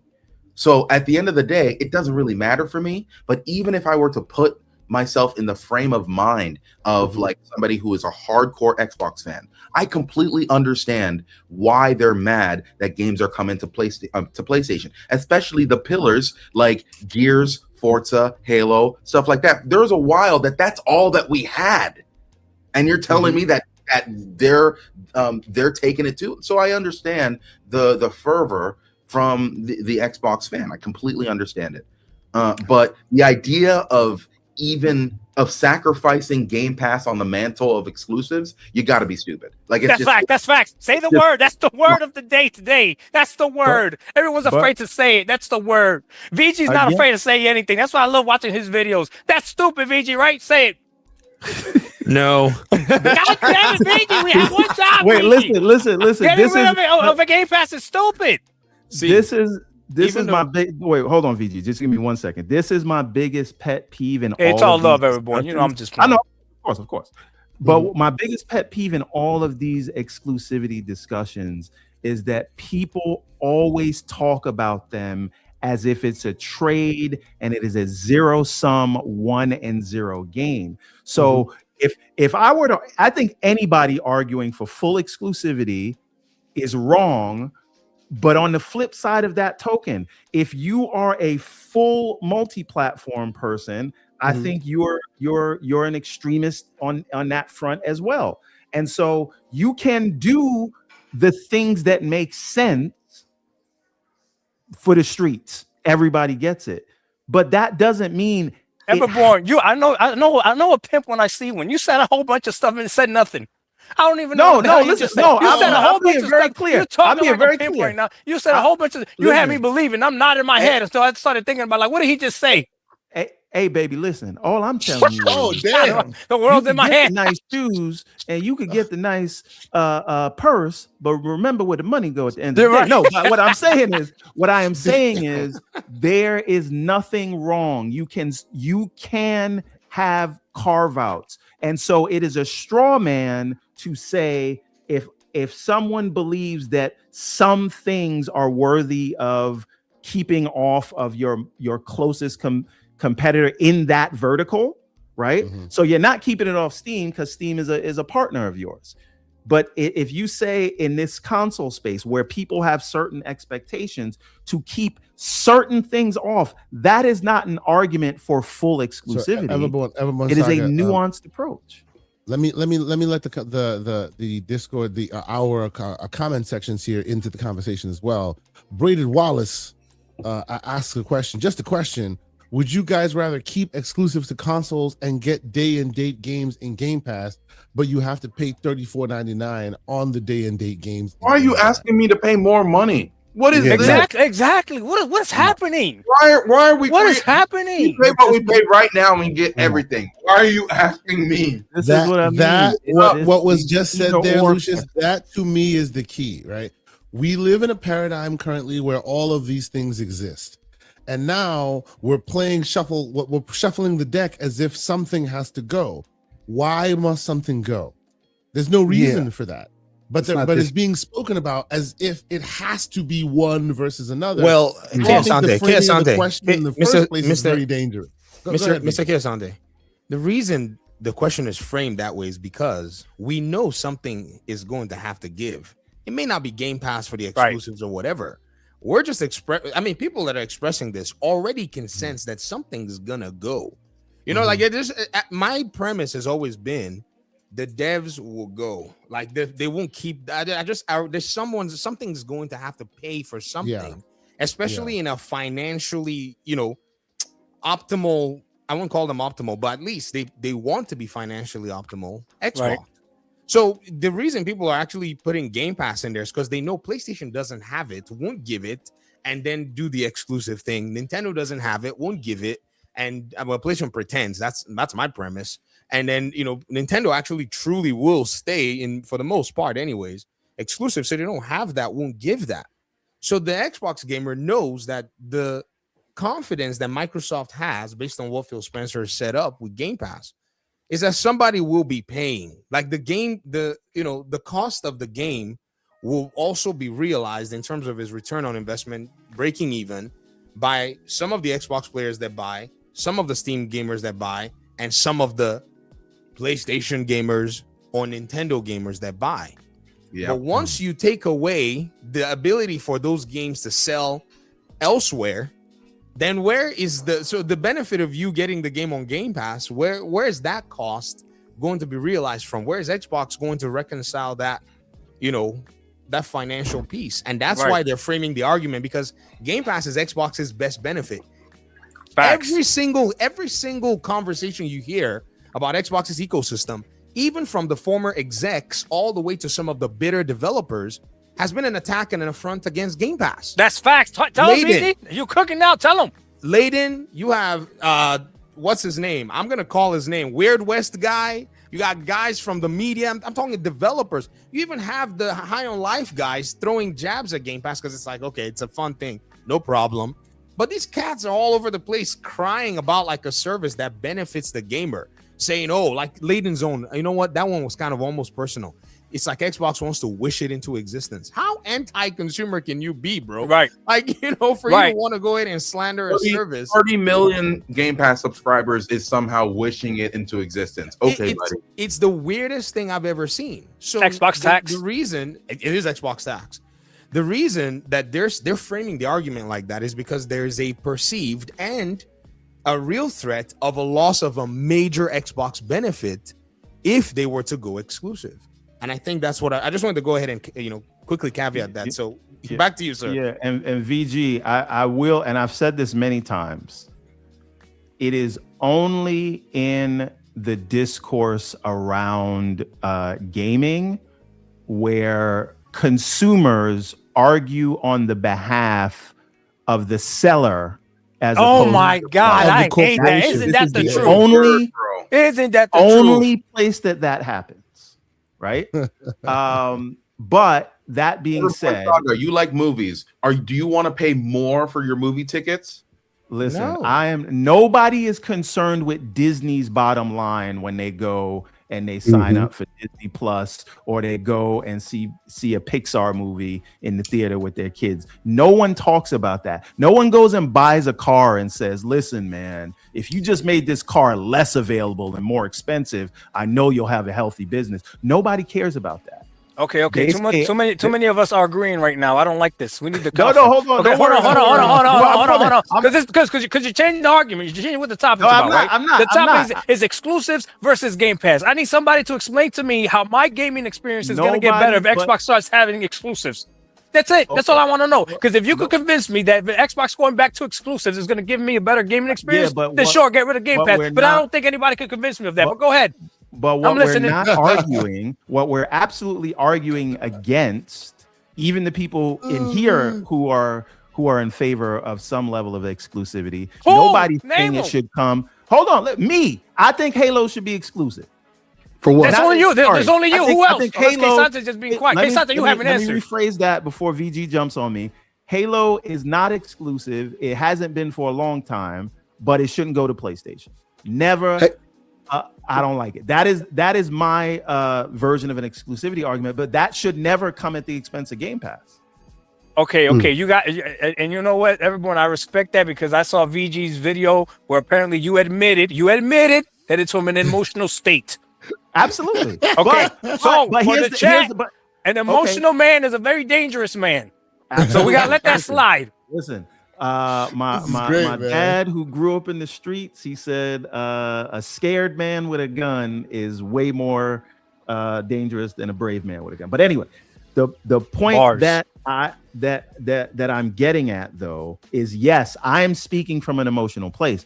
However, I am a customer, and there are many customers, rightly or wrongly, that engage in the console space from an emotionality standpoint, right? No, not rightly or wrongly. Wrongly. Yeah, okay, so wrongly. Yeah. It doesn't matter whether it's wrong. They still have their money to spend. So do you acknowledge them in their wrongness because you want to separate them from those ducks? I don't acknowledge them. You know why? No, you don't have to. But because they're not enough to acknowledge them. Because they're not enough. Hold on. When you say that's why Xbox is in the position they're in. And Halo, Gears, and Forza used to be exclusive, and they didn't sell. You know when all these games became great? When they started going to PlayStation. All of a sudden, Forza Horizon 5 is amazing. I'm talking to the media. Listen to me. They've been great forever. But what I'm telling you, the perception of these games being great has been when they went to PlayStation. Sure, that's the perception. Yes. But Forza Horizon 5 had 30 million players before. Correct. And they're trying to they try to act like it was nothing. But then when I went to PS5, now, oh my God, it's amazing. Same thing with Starfield. Have you heard any more Starfield slander since it dropped on PlayStation? I haven't heard it. I haven't heard any more slander about Starfield.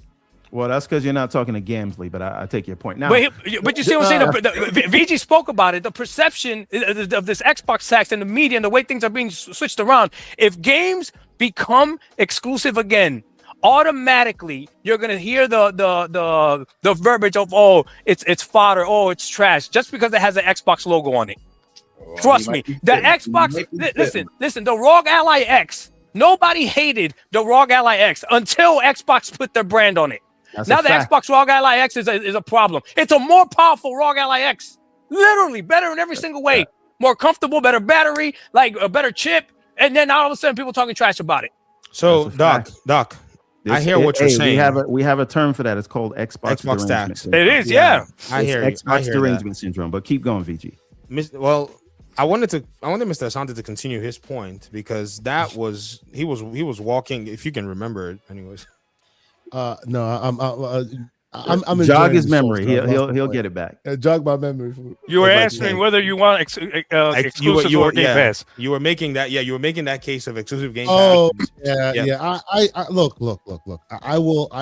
I appreciate a lot of the energy on this show today, and because a lot of the energy on the show covers my fulfills my frame of mind. I'm We just got letting like it the ride Avengers because y'all in are- here today. Yes, this is the Avengers of shows, and my point is being made for me, so I have nothing to say. I agree wholeheartedly. What a We are all politician! What a rigorous politician! agreeable. This is why we call VG, him don't let him do that, K-Bomber in the VG. Discord. We call him Look, okay, K-Bomber. let me be straight. Let me be straight with y'all. I think it's ridiculous. Exactly like Lucius is saying. I think it's ridiculous to think that you can make that choice and that's the choice you'll get to keep. Right? You have them all now. You have everything. You have everything you want now. It's in your hands, and they are basically. And let's be clear, as Everborn has said, no one is asking this. No one has really asked this. This is a bubbling from the consumer base that does not have answers, so they're filling it in the gaps in themselves. But the questions that they are asking is ridiculous. It's absolutely ridiculous. It's ridiculous. I don't think it's even a question that should be asked. Yeah, Sunday Paris says you're wrong. Oh, please, I would welcome Paris to join us and tell us why we are wrong. I would love Paris to join us and tell us why we were wrong, because for me, genuinely, that service that people experience today is great, has always been great, and continues to be great, right? For me, that's not why I'm not there on that service, because the idea that that's the only place it can be. I'm there because it's convenient for one reason or another. And then when it's not convenient, I pick up and I move someplace else, handheld or console or PC, based on where my life is at that moment. So that's why, to me, that question of this versus that is a terrible frame. It's a terrible frame, right? I agree somewhat with Lucius, the idea of sometimes you need to be cautious about even asking these questions. Yeah, because it opens the door to ridiculous. Now I do want to say that evil on me, Ricky Bobby, is a real thing. You putting the energy out there is not good for you. Not all conversations are good.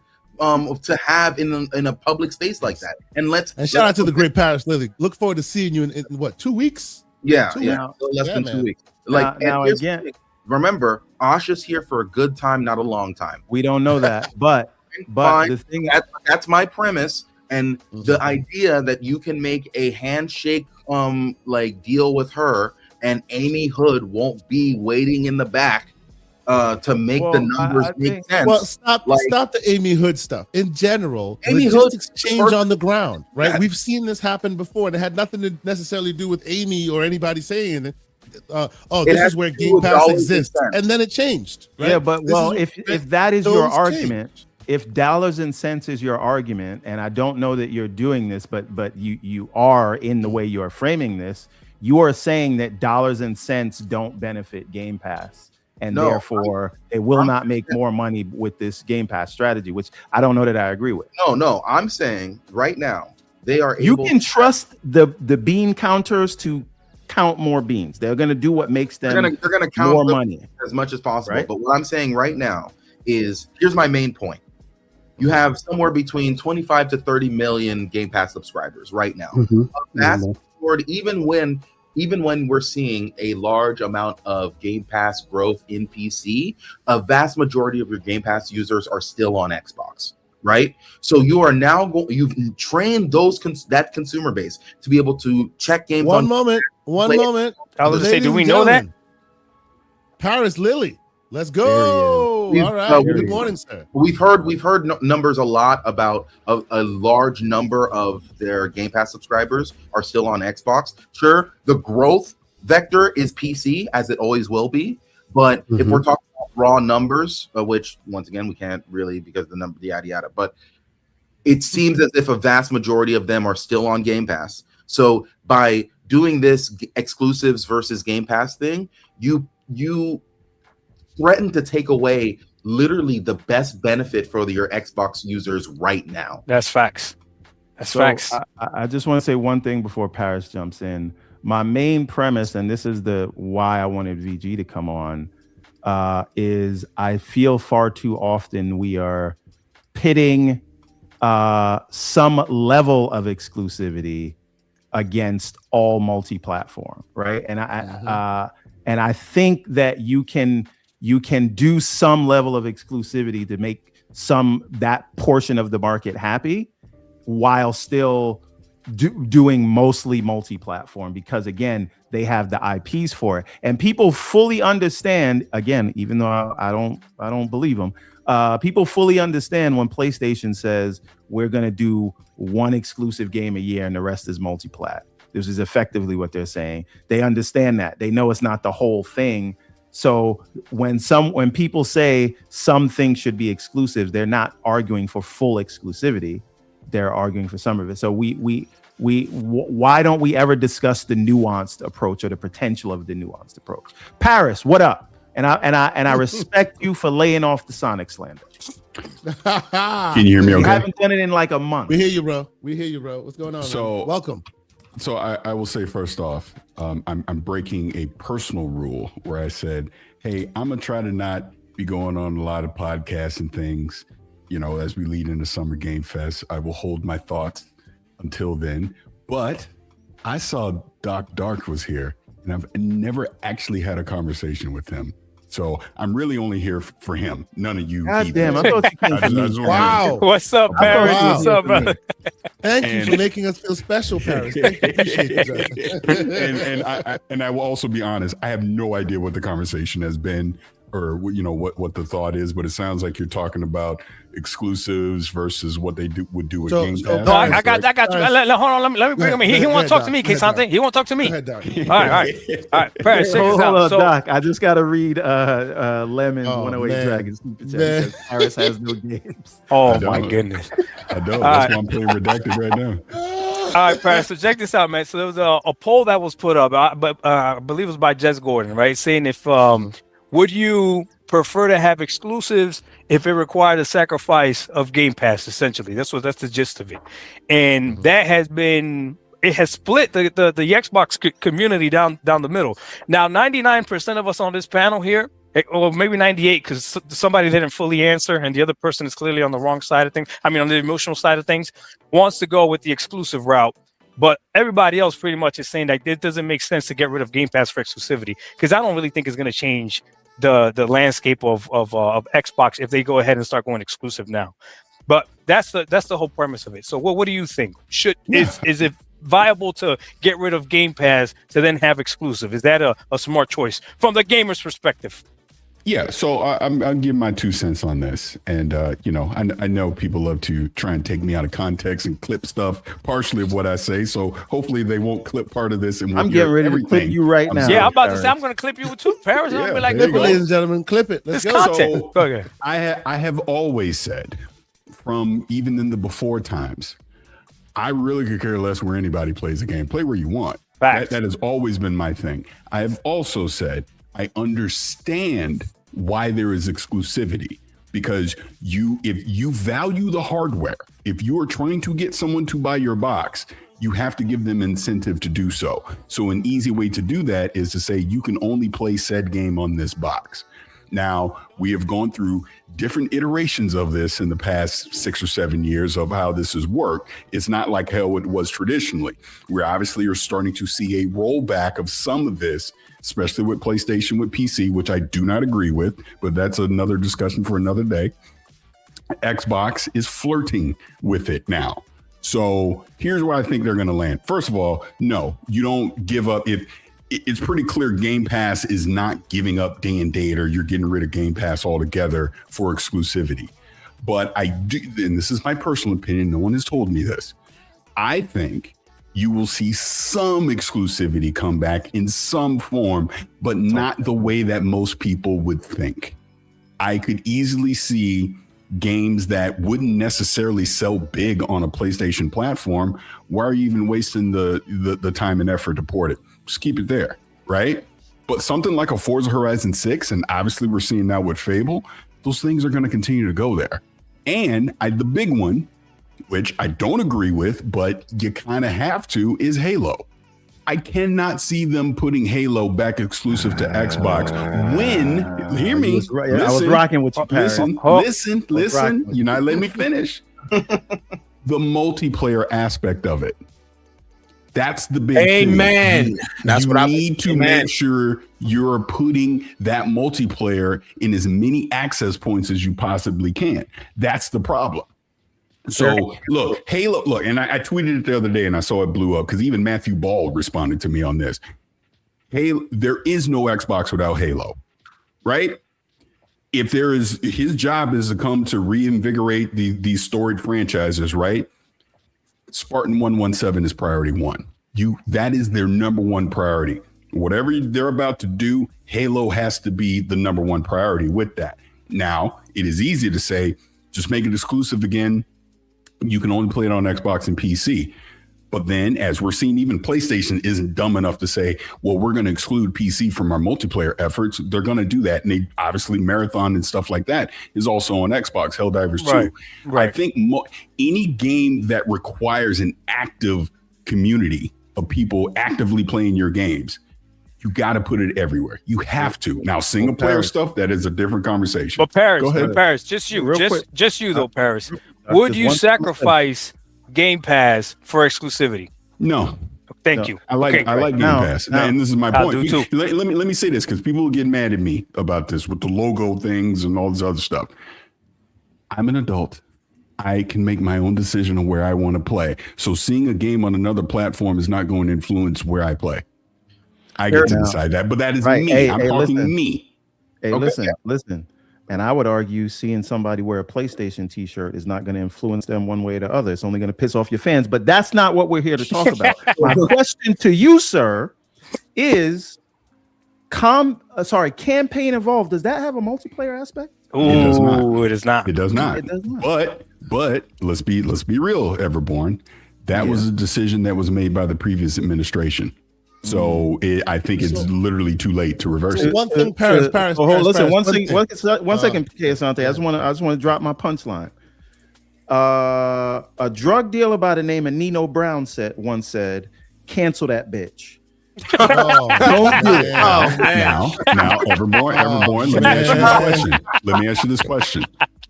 You just say cancel it, right? Okay.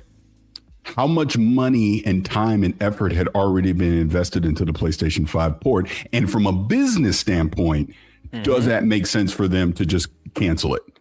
Long hair. That's what I'm saying. You're too far into the development cycle. Let's be honest. Whatever that PlayStation version of Halo campaign evolved, it's probably ready to go. It's done.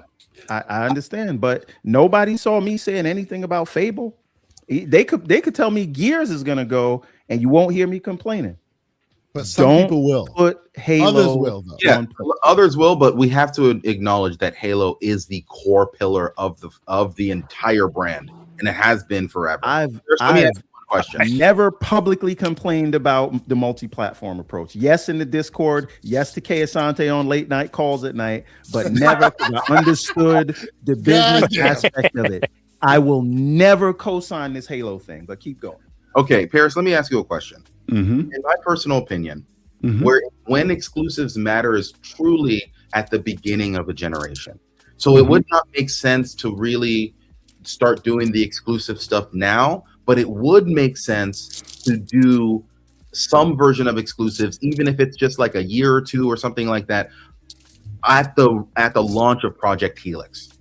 Because if you want to incentivize people to buy Helix, having a couple games that are exclusive would incentivize people to be able to at least buy the hardware to be able to experience it at that level. Now, I don't disagree.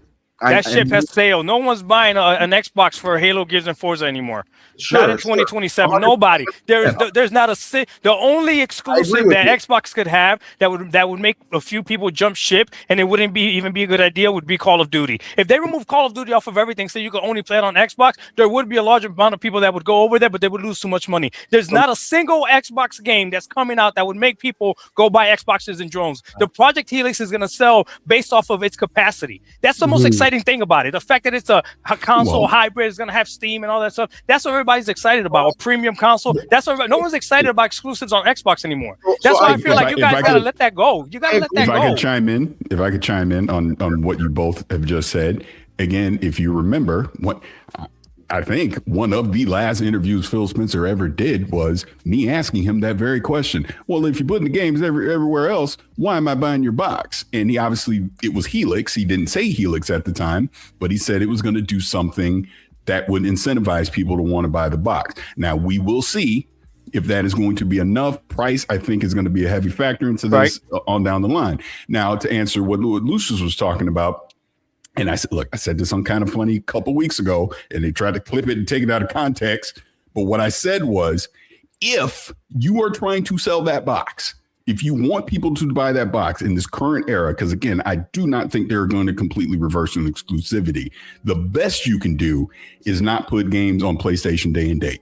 Exactly. So you would do some kind of timed exclusivity. So in other words, the Gears, the Forza, like all these, sure, they will eventually come to PlayStation, but there will be a window of time where if you got FOMO, you better go buy the Helix box to play them, because that's the only place they're going to be at launch. That's what I think. I think that's the reality that Xbox is in right now. And look, I could be proven completely wrong in 2 weeks.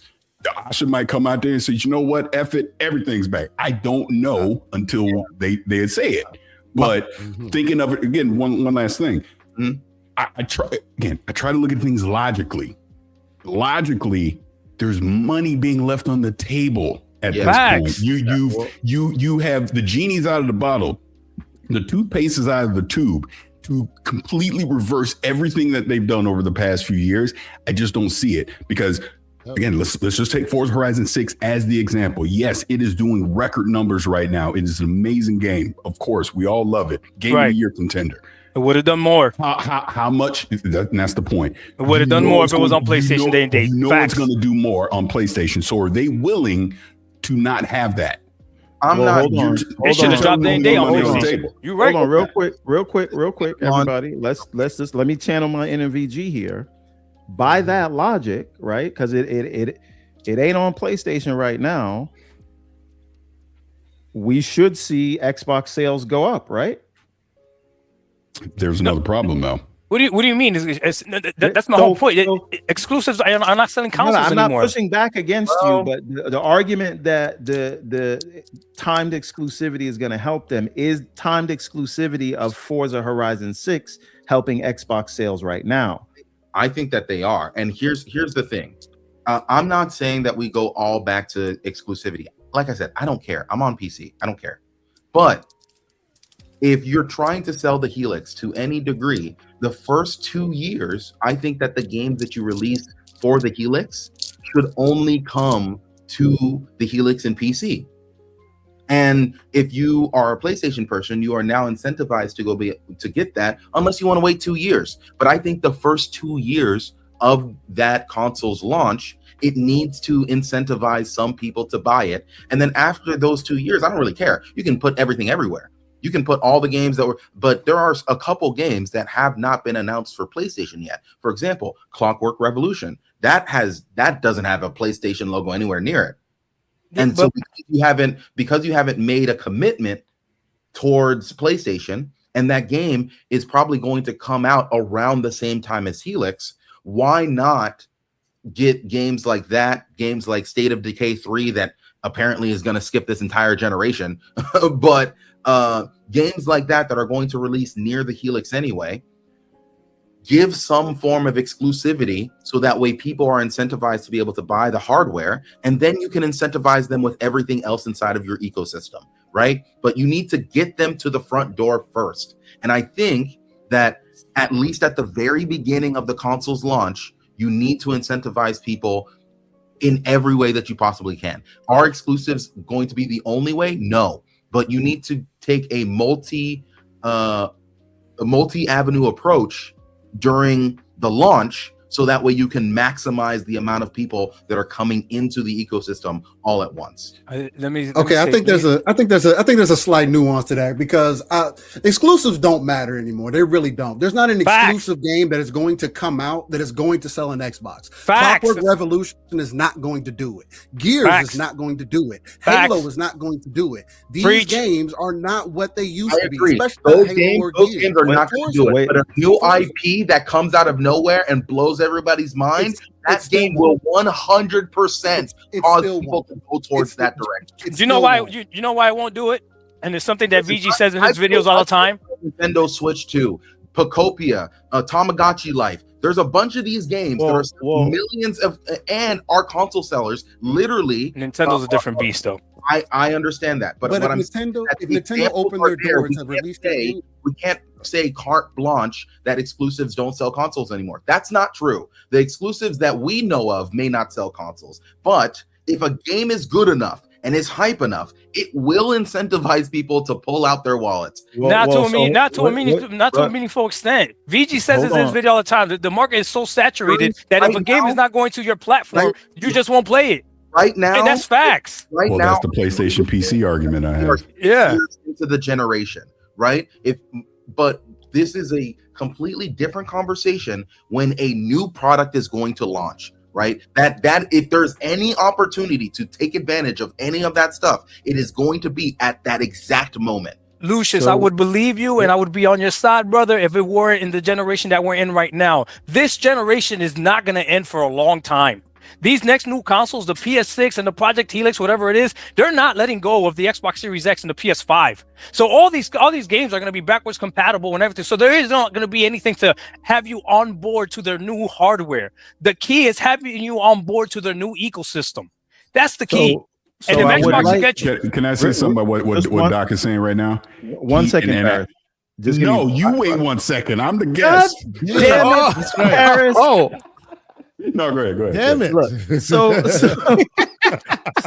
this important, and I want Paris, when you answer your question, to include this in here. No singular, this is from Navy Shadow, no singular game will sell a console, but a library of exclusives will. So maybe Forza wouldn't do it, but would Forza Campaign Evolved, E-Day, Gamepass, Fable, and whatever else, would all of those things together get people to look in that direction? And I'm not saying this as someone who's in favor of that, but if we're going to have an honest argument, we need to address that point. Please go ahead, guest. Paris. I don't want to answer your question. I'm answering what I was going to say with Doc. Damn. I will. No, what I was going to bring to the point with Doc, but I'll lead right into that is that's because I was just talking about this a few weeks ago. If you listen, pay attention to what Asha has been kind of saying, and this applies to PlayStation as well. These current Gen 9 ain't going nowhere anytime soon. All these games that are going to be coming out, I'm talking 2030s. You will still see games on these Gen 9 hardware, which is crazy. But the problem is current RAM prices, the inflated prices we're seeing as hardware. People are not going to be running out to go buy a PlayStation 6 or a Helix at these prices. They can't afford it. The economy is telling you, you better keep what you got. So that means they're going to continue to make these games for what you got. Now, Microsoft, and who knows, again, business-wise, financially, they could probably start subsidizing again if they're willing to take the loss. If they want to be a loss leader, they could make their hardware cheaper again. But I wouldn't hold my breath. And like I said, you're going to spend $1,000 right now on PS5 Pro. So what the hell do you think the PS6 is going to be? It ain't going to be cheaper. It's not. You know what I mean? So to the point of what Doc is saying, and with the whole exclusivity thing and all that, sure, you could try and make it exclusive, but you see right now, there are 90 plus million people that got a PlayStation 5 versus, let's be generous, 35, 40 million have an Xbox. So are you willing to lower your user base trying to sell these games instead of trying to expand it to as many people as you possibly can? And this is where, I'm just gonna be real with you. This is why I'm kind of tapping out, engaging so much on social media with people, because they argue this stuff in very bad faith, in my opinion. Why do you care who gets to play the game if you get to play it? That's my thing. So if from a business standpoint, from the health of this industry, if it makes sense to put games more places, freaking do it. Ultimately, it doesn't matter. I don't care about social media bragging rights with that stuff. And honestly, I'm straying away from what Everborn wanted me to answer. So please rephrase it again so I can answer it. Okay. Well, the thing I will say, a slew of exclusivity games. I remember now. to your point, yes, if you have a whole bunch of games that you can must play games that are only available on one platform, that gives incentive to want to go buy that, buy that hardware to play those games, of course. But I guess this goes back to what I'm saying at the beginning. This ain't 2016 anymore. This is 2026, and mofos are broke these days. They can't afford all this stuff. Yeah. So that's the problem that we have. It's affordability is the number one issue right now. It is not as easy as it was 10 years ago to buy multiple consoles. Right now, you kind of got to make a choice. You got to stick with it, because people simply can't afford to spend. Think about it. And I'll say this last thing. If you don't own a PlayStation 5 or an Xbox right now today, you're spending at least about $1,200. That's not mentioning you're getting in the X or the Pro. Just buying a PS5 and a Series S. By the time you buy both of those, the accessories and everything that you need, that's about $1,200. Tell me how many people can afford to do that. Oh, you should have got a PC at that point. But listen, because I got to go, it's my son's birthday today. There's just three things I want to say. Number one, thank you everybody for coming here. Number two, GTA 6 will sell more consoles for Xbox and PlayStation than any exclusive they can come up with. Fair. Yeah. Facts. I agree. And so will Fortnite and all these other games. And the last thing is I believe there is some value. They teach this in Accounting 101. There is some value to scarcity, right?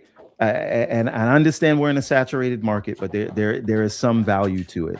And so this is a calculus problem, and we cannot attack it with basic arithmetic. It is not just always for every game, no matter what kind of game it is, more platforms equals guaranteed more money that makes it worth what you lose in the mind share. Because if you were a person who only thought about dollars and cents and you only looked at speeds and feeds and you only did a cost benefit analysis, you would be gaming on PC. But the kind of person that games on a console, he is an emotion, or she. There are either casuals who don't care about this stuff, or they're hardcore people who have some sort of an emotional attachment. And those people spend a lot of money. And you said, Doc, earlier, there is not enough people. Now watch this. If he said only three things. This is like number 7. But keep going. Cool. I know. Look. I'm a person who, when I was on console, I bought 25, 30 games a year. Now you want to get rid of Game Pass? No, I don't want to get rid of Game Pass. Nobody here has argued about Game Pass. You came for that fight. You on that Game Pass? No, you said you want exclusivity over Game Pass. Wasn't that you? No, I didn't. No, it wasn't. Nobody said that. I just said I wanted Halo exclusive, but that's besides the point. And I didn't say exclusive. I said I wanted non-replacement. But again, besides the point. What I am saying is, if I'm a person who bought 25 to 30 games a year on Xbox, now I'm buying them on Steam, and they drove me away for whatever reason. It wasn't really because of the exclusive things. It was just they were missing games. Yeah, and I went to the place where I could get the games that I wanted. Me too. It had nothing to do with exclusivity. Facts. Yeah, now, we went the same route. Yep, we went exactly. the same route. So, but again, for whatever reason, if somebody leaves the platform to go to greener pastures and come to the PC waters of Lake Minnetonka, but if they do that, right? How many casuals do you on PlayStation or wherever do you have to replace the person with that used to buy 20 games a year? You're going to replace them with a person who buys 1 game a year. How many of those people do you need? So it's not a one-to-one to say, oh, there's not enough of you.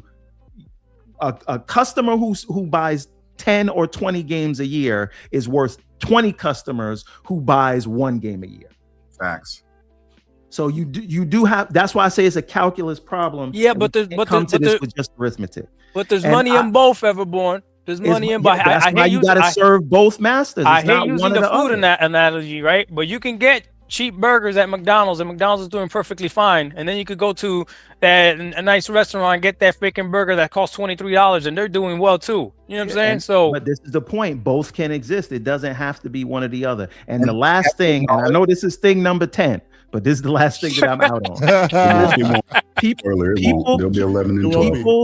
People keep saying they don't understand why some people are mad that other people get to play games. And the reality is, the reason these, and I understand this emotion, but I'm trying to explain where the logic of where the emotion comes from. Those people that are on console, right? They watched PlayStation slap the food out their mouth so many times. Took games. They took Stellar Blade. For a time they took Black Myth Wukong. They took you name the other games that they talk about. Money Had It games, whatever. They watched PlayStation take games away from them, and now when Xbox finally has the games that they were waiting for, they put it over there. That is where that emotion comes from. Yes, it is emotion, and no, it doesn't make, a lot of it doesn't make financial sense. But that's where the place, these are highly engaged customers, and people like highly engaged customers because they spend a lot of money based on those emotions. That is where it comes from. So all I'm saying is you should, as a business, acknowledge those high value customers instead of saying you're just noise and we don't care what you think. No, you don't make everything exclusive. That would be stupid. That would be stupid. No, you don't trade Game Pass day and date. That would be stupid. But throw him a goddamn bone. All right, guys, I gotta go. I only got my son for an hour. I will catch this on the replay. It's great. I love that you all came. This is one of the best shows we had in a while. Sorry, K Asante, but we had all these people here. This was fantastic. Slander. We'll see you all in the Discord, and I will listen to this after the fact. All right. Have fun, bud. Look. As soon as he leaves, I'm talking trash. As soon as he leaves, I'm talking trash. Is he I'm talking trash. I'm talking trash right now. You'll hear this later. Sonic sucks. It's the Kmart of freaking video games. Mario is a better platform. Anyway, no, but to what he said, to what he said though at the very end, which is very true. Which is, I think this is why. Let me give the full context of this. This is why Asha is here, and if you look at her resume, it speaks a lot to this. I call her. She's the wolf. She's the wolf from Pulp Fiction. She fixes problems. If you look at her resume, this is what she does. She comes into an existing brand that has kind of lost some of its luster, and she reinvigorates it and brings it back up, to new heights. This is what she does. Phil Spencer could not do what she's doing right now, because if Phil Spencer was doing the same exact things, everyone would push back on it. Well, then why weren't you doing this the whole time? The Phil Spencer tax. Yeah. So you need a new voice to come in and be the one to actually enable a lot of these things that they're doing, because she is being celebrated for these things, right? Yeah. Versus, like I said, if the previous administration was doing it, everybody would get mad at them going, well, why'd you put us through the last 2 years then? You know what I mean? Let me add to that real quick, Paris. So the thing that I see with her, right, and you can see player recognize player, right? You can see what she's doing. She's doing exactly what Everborn Saga was talking about. She's catering to feelings.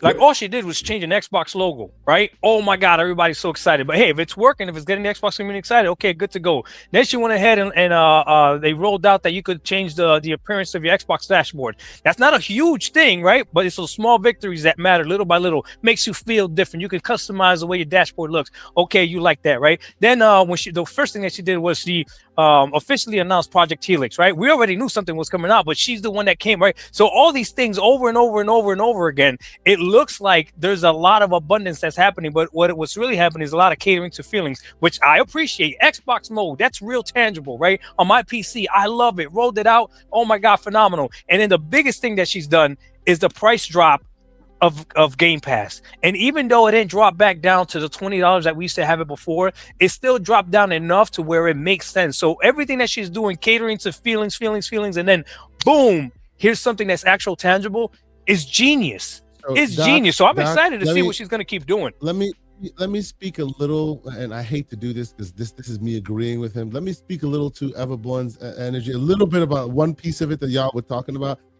Again, y'all know I have no dog in this fight. I think it's ridiculous altogether, but he did speak to one piece of it that I do think is interesting. Okay, and follow me here. We know that what the community wants. We've heard it in like over and over and over again, right? And many people think that there's some pandering going on, but many people think that it's not quite what we think it is, but we're paying attention and seeing what's what, right? Yeah. Do you know that there's a version of Gears of War 1 on PlayStation? Mhm. There's a disc of Gears of War 1. If you look on YouTube, you'll be able to find it. I've actually played this version before. Don't ask me how. There's a version that exists. How did for you do PlayStation 3, right? It exists. You can even find it on YouTube. How'd you do it? I talk to you. Don't dodge the question. We'll talk to you in the DM after that. But Yeah, needless to anyway. say, Don't incriminate yourself. but needless to say, yeah, please incriminate yourself. But needless to say, right? At some point, that thing went from this is viable to nope, it's never going to see the light of day, right? To Everborn's point, Paris has already said it. There's already sunk cost and all of this, right? You will never be able to get the brain trust, the proper financial wherewithal to say, oh yeah, we're going exclusive fully. But if you eat the cost of specifically Halo Campaign Evolved, it would galvanize so much that when the dust settles and everything's still back to normal the way it is currently, most of those gamers won't care. They need a bone. I agree with him on that one. And they need to be strategic about which bone they throw them. I think Campaign Evolve is a good bone to throw. If we had a video this June and Asha says after serious deliberation, we've decided to keep Campaign Evolve, yeah, that is sunk cost. But I think that idea would galvanize those among the community who think that they're second-class citizens. That would change everything. Oh my God, it would. I think it's worth it. And you know how much content we would make, K-Sante? No, you know what I'm saying? Like, you don't have to make an official exclusivity change. You don't have to make an official pivot of nothing. Keep it all the same. This one, say, after some deliberation, we've decided that is too close to our heart as far as the Xbox brand. That stays here. If they did that, holy crap, that would change some things. My thoughts on it. No, that's fair. And she did say she is looking at the numbers. Maybe they do the same thing that PlayStation is doing with PC, right? Looking at the numbers or whatever. The only thing is the majority of Xbox games are multiplayer, right? But by and large, Dark, I will say what the great DJ Quick has said a long time, and I've said on this program many times. If it don't make dollars, it don't make sense. The idea that you think that they're going to go exclusive for your benefit, if it means money is left on the table, stop talking, because you're just opening your mouth and recognizing how you don't understand business. There's no world where that happens. No world. I'm sorry. Yeah, somebody did say that all money is not good money, though. Maybe I'm not trying to play devil's advocate, but maybe there is a world where Xbox does take back some form of exclusivity that does bolster brand a little bit more. I just don't see it, because they had exclusives before and it didn't work. Well, to the point that Paris made, they didn't have a windowing. They didn't have a lot of games. They had a couple. It's about windowing, right? You're here for a little while. It's going to be there for a little while. It's about getting those folks with the FOMO out the way, and then the normal business can happen. Look at what happened to Forza Horizon recently. Look at how much money was spent on Steam in the last, I don't know how many, 2 weeks or whatever. These are not Game Pass gamers. These are not gamers. These are specifically Steam gamers that bought premium editions to be able to play the premium version so they could get it early. Those are the FOMOers. So you get them early, get them out of the way. After that, everything else is normal fare. The windowing, I think, is the way to go. Where maybe for a shorter. What if they would have dropped that on PlayStation as well, day and date? See, how much more would they have? That is the back and forth. I talk to Everborn about it pretty often, right? The minute you now have a data point showing how much potential investment or potential wherewithal you'll get from that platform, anytime and every time you don't put something there, your case must be super strong as to why it does not belong there, because they already know it makes a lot of money when it goes there. That is a very difficult thing to constantly keep having a fight, to constantly keep having to have to justify not putting it on that platform. Steel, you had something you wanted to say. I think as far as exclusives are concerned, I can definitely understand the point of timed exclusivity, because it costs dev time to get these ported over to a different Exactly. That would be the only reason why I would even consider exclusives in any way, shape, or form. Other than that, exclusives are completely irrelevant to today's time. Reason being because the games that we are interested in, the generations behind us do not care for like that. They are not going to be the ones to buy those games. The exclusive for Xbox currently is their ecosystem. Their exclusive, what Xbox is doing is how they're going to traverse everybody and convert everybody to quote unquote PC players. If Project Helix is exactly everything that they are claiming that it's going to be, if all the rumors are said to be true, you are crossing bounds that PlayStation is not ready to step into. And now where they're going to make money at, as far as, oh, well, if Xbox has access to Steam and Epic and all this, where's Xbox making the money at? Well, we talk about, hey, what's going to entice somebody to buy hardware? That is going to be a reason, like we're starting to see trickles of why people are interested in getting ROG Xbox Ally, because you're seeing what is possible with that. If you are able to pitch to the consumer, hey, not only do you have access to your previous library, not only do you have access to our new games, but now you have access also to this whole other environment that you didn't have access to before. Now we're playing hardware wars. Now the exclusivity, we have to put the onus of exclusivity back on the companies and how they're going to pitch hardware to the consumer and make you believe in what they are doing on that front. Because as far as games go, there's not going to be enough people that are going to buy these games. Like we were mentioning Gears or Halo doesn't need to be exclusive anymore, because again, Halo is not the IP that it once was. Even with Combat Evolved, it does not need to be exclusive. We played that. We played it with MCC. Why do we want it to be exclusive now? Let people who haven't played that game play that game. It's only money for Xbox in that front. Frankly, and I agree wholeheartedly with everything you've said. Frankly, the only place I see where exclusives matter at all to where the conversation is worth having is they have an install base that they have cultivated for years now under the old paradigm that, you buy my box, you play my game, right? And that paradigm still exists, even though they are the dying breed, right? Even though they are a dying breed, no doubt, we are a dying breed. Now I'll count myself among them, even though I'm not really a console main like that. Those who are of my age range are those kind of gamers who were cultivated by that competitive spirit from day one, from the playground, right? Now you're saying that the consoles are relevant, the exclusives are irrelevant. Yeah. They are irrelevant from a technical and from a usability perspective. But recently, what brought about Asha Sharma's reign and all of this, recently, we have seen that there's a strong contingency which Xbox is looking like they don't want to lose, that doesn't want this paradigm to change so damn quickly, right?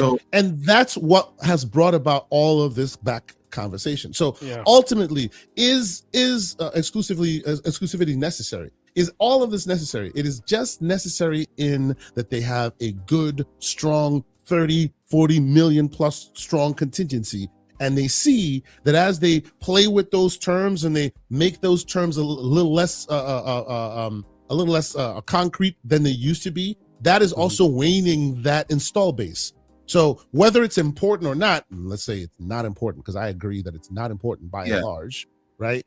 It is important because that is the glue that's keeping together these people that are galvanized, that have been there for so long. And they're the ones they got to keep them there. Amount of money, and they spend money. Yes, if they leave tomorrow, your future won't be, because you no longer have that cultivated base. You need that cultivated base to be there and turn them into whatever you want to turn them into. So you may not think it's important. I may not think it's important. Let's be clear. I don't think it's important, but these people here do. And because of that, you must now take this seriously. But they've already given up on the exclusivity. The exclusivity fund is already over because games have come. It's already over. It's already crossed but over. to them, that war. That's why I was saying it would be smarter, again, to what you guys were speaking to. It is smarter to make that play, or at least pitch it in the way that, oh, we're going to do timed exclusivity to appease everybody. Timed exclusivity is the answer. Why? Because it's going to cost you dev time anyway. Why not go ahead and make the money that you can up front to then just port that game later? So at the end of the day, sure, everybody wins at that stand front, but it's still you still don't have complete exclusivity though. So it's like the conversation of exclusives versus Game Pass it still becomes completely irrelevant, because Game Pass is always going to be the overall exclusive for you as the gamer, because to the point y'all were making, you're going to get your host, your slew of exclusive quote unquote games releasing day one into that platform that is also going to carry over into whatever other device that is going to allow you to have access into that ecosystem, which is the bounds that they're crossing. And I agree with 90% of what you're saying. But the reason why Asha Sharma is here is because Microsoft recognizes that they've been doing damage to their core audience, and that audience were the Everborns. I also left Xbox primarily not because of some sort of exclusive thing. I didn't care. It was mostly because why am I, as an Xbox consumer, being negatively impacted because of your business decisions and your past decisions and how you are seen via other developers? Now I don't get to play BG3 day and date. Now I miss out on Black Myth Wukong.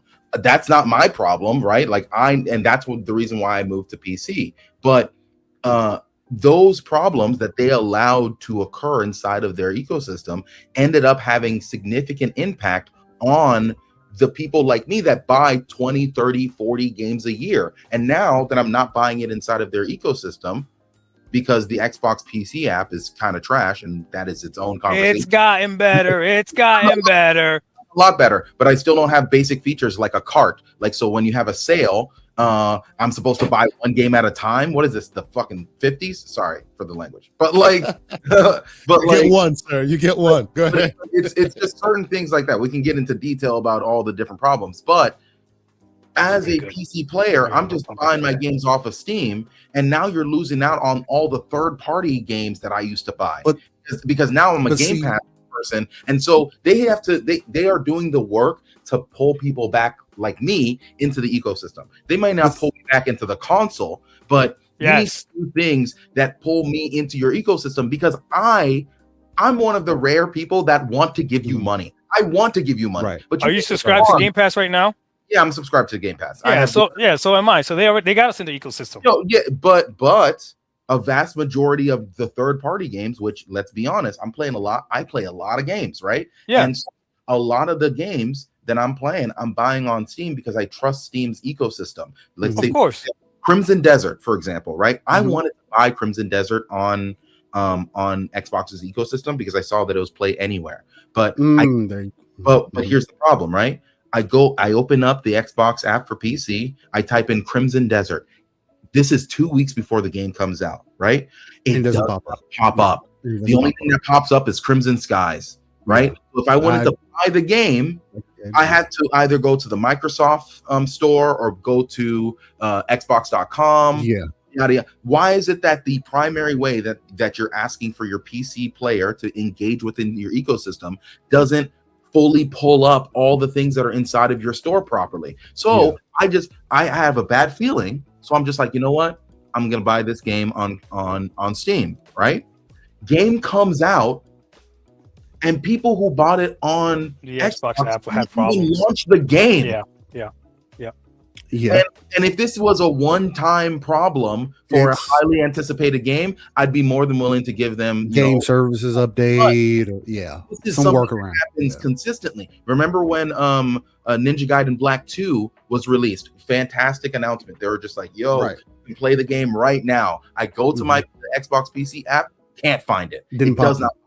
You had to go to the Microsoft store, and then you have to go to the Microsoft store to be able to download it. Why? That doesn't make sense. Bro, make sense. like the Forza Horizon 6 game that just came out, BV, shout out to BV. He paid for the $120 version on the Xbox version. Didn't buy it on Steam, bought it on inside of the Xbox ecosystem.